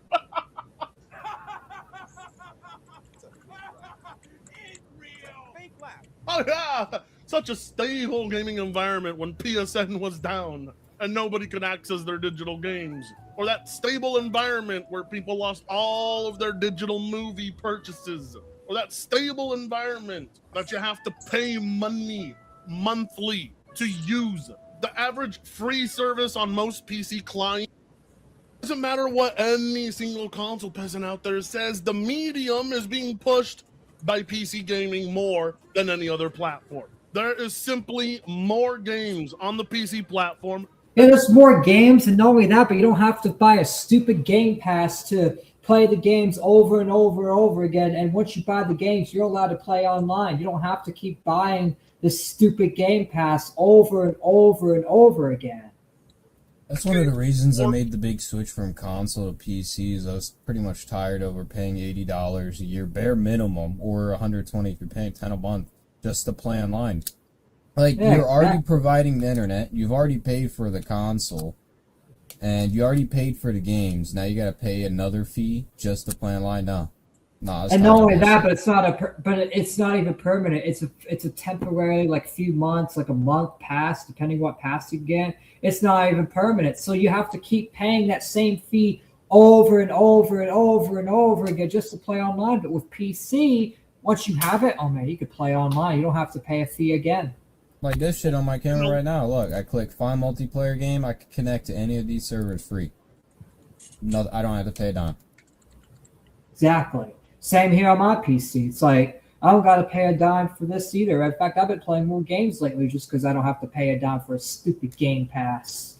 Because I used to only have just console. A lot of those games do not require you to have... I'm saying this as someone that actually used to be on that PlayStation and Xbox all the time. The shit's not as fun as PC. Not only that, but you have to pay the stupid fee. Especially on my Xbox, man. I hated paying that shit. I hate paying the Game Pass every month. The latest tech. You could play a vast majority of the games right now off of DDR3 RAM. Hell, you can use a SATA SSD. You don't even need an NVMe. And it doesn't matter what people say, 16 gigs of RAM is more than enough. Okay. What we're going to see in this... I skipped that because people know how to cancel PlayStation Plus, so you could just cancel it on your own because that segment's basically Futanga just talking about how to cancel the subscription. It's like, bro, you guys know how to do it. If you guys don't know how to do it, look online. They're looking to up advertisement, and they're also looking to try and monetize off of advertisement. See, the console market is still limited at the 100 million unit mark. No console manufacturer has been able to break that and get to 200, 300 million, 400 million console units sold. And that's going to be even harder when consoles become basically completely unaffordable. Sony's exit strategy is the one they have currently, the one that has led us to the complete crash of the mainstream gaming market. Now the ball is in Valve's hands. Yeah, the Steam machine isn't exactly the most affordable or even the best hardware for its price. But Steam itself, the marketplace, has already been set up to practically succeed by just solely existing. Valve also has the advantage over Sony in letting people use third-party keys to redeem products on their own storefront, giving consumers better options for browsing games and purchasing them, and still activating and using them through this client. Sony, on the other hand, has completely eliminated the option of third-party keys for the PlayStation Store. And that's why they don't want you to go to PC. They know once you're there, you are going to have dozens upon dozens of options on how to purchase and activate your games. And not only that, but you will have a more reliable digital infrastructure that Sony to this day for some reason, in spite of all their success, has not been able to match. The option becomes clearer and clearer more by the day. If you have not switched to PC yet, join my Discord. I'll leave a link down below. Chat with the community, and they can get you right on the path you deserve. Just like how I deserve 130,000 subs. I've been waiting for it. Please give. Okay. So he's not wrong. I feel like, if you guys are on the fence about this stuff, that you guys should switch to that. So now I want to get final perspectives on it, and then I'm going to go get some sleep. I'm going to go eat, be on the VC for a little bit, then get some sleep. So we'll start with, since, Chungus is the special guest right now. Chungus, what's your final take on PlayStation being afraid and panicking about Steam and PC and people switching from console to PC gaming? Chungus? I'm still here. I don't know about him. He unmuted a second ago, but then remuted. Well, I'll get your perspective then. Tor, what about you? Sony sucks. Robbie? I mean, I agree with him. Sony fucking sucks. I mean, what have they been doing exactly? What happened? Now they're losing all their exclusives and shit too. Are we still talking? Yeah, I was can't hear asking for your perspective. Can you not hear me? I can hear you. End. Yeah, it's on his end. Man, what about you, Osama? Fuck all the game companies. Steam #1. I want Gaben to impregnate me. Okay. Stop asking people to impregnate you. All right. Yeah, I will sit on your lap. I'll give Chungus one more try. Chungus, you there? Hello? Okay, I don't think you can hear us. So I'm going to go ahead and... You guys can hear me. I'm taking a shit. All right. Well, I'm about to go ahead and put the song on, so put on towards stinky.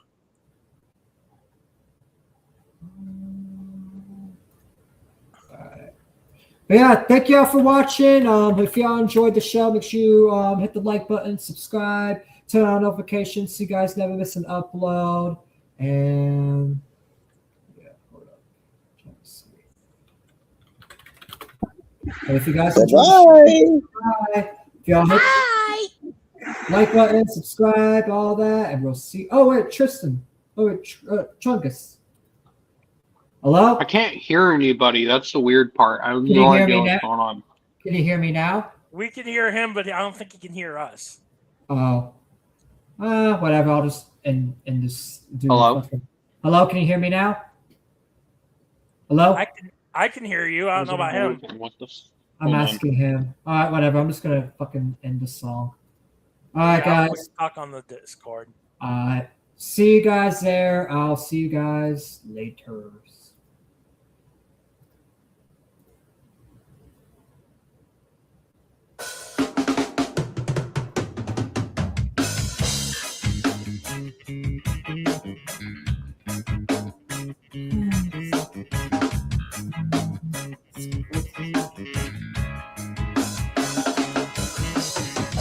Maybe I just tried too hard, or didn't try enough, but didn't know what I had.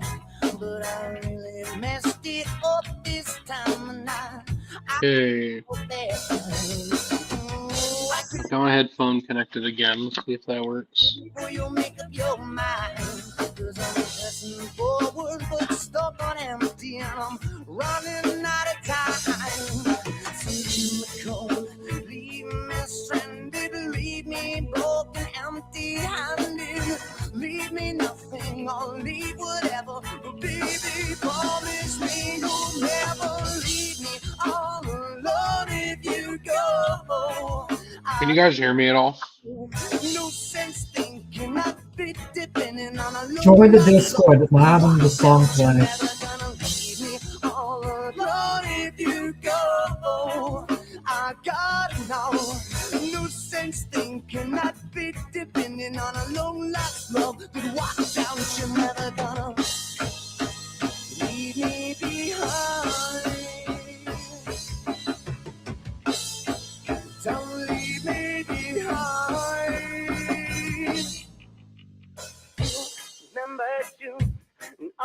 crazy plans we made.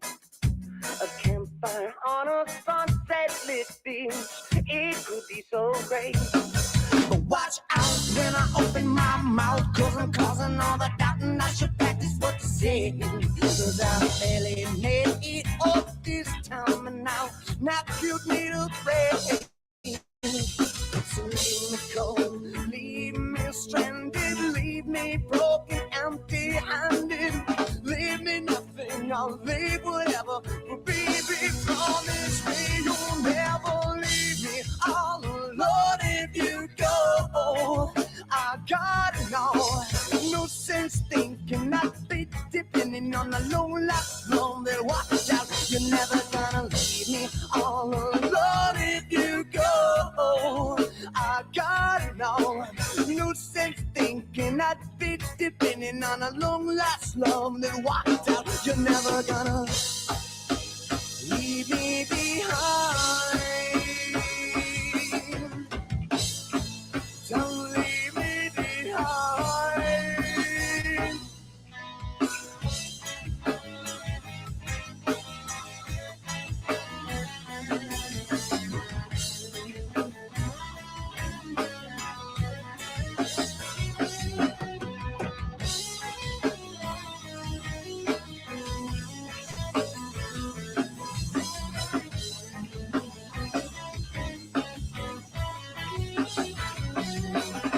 So leave me cold, leave me stranded, leave me broken, empty-handed, leave me nothing, I'll leave whatever. But baby, promise me you'll never leave me all alone. If you go, I gotta know.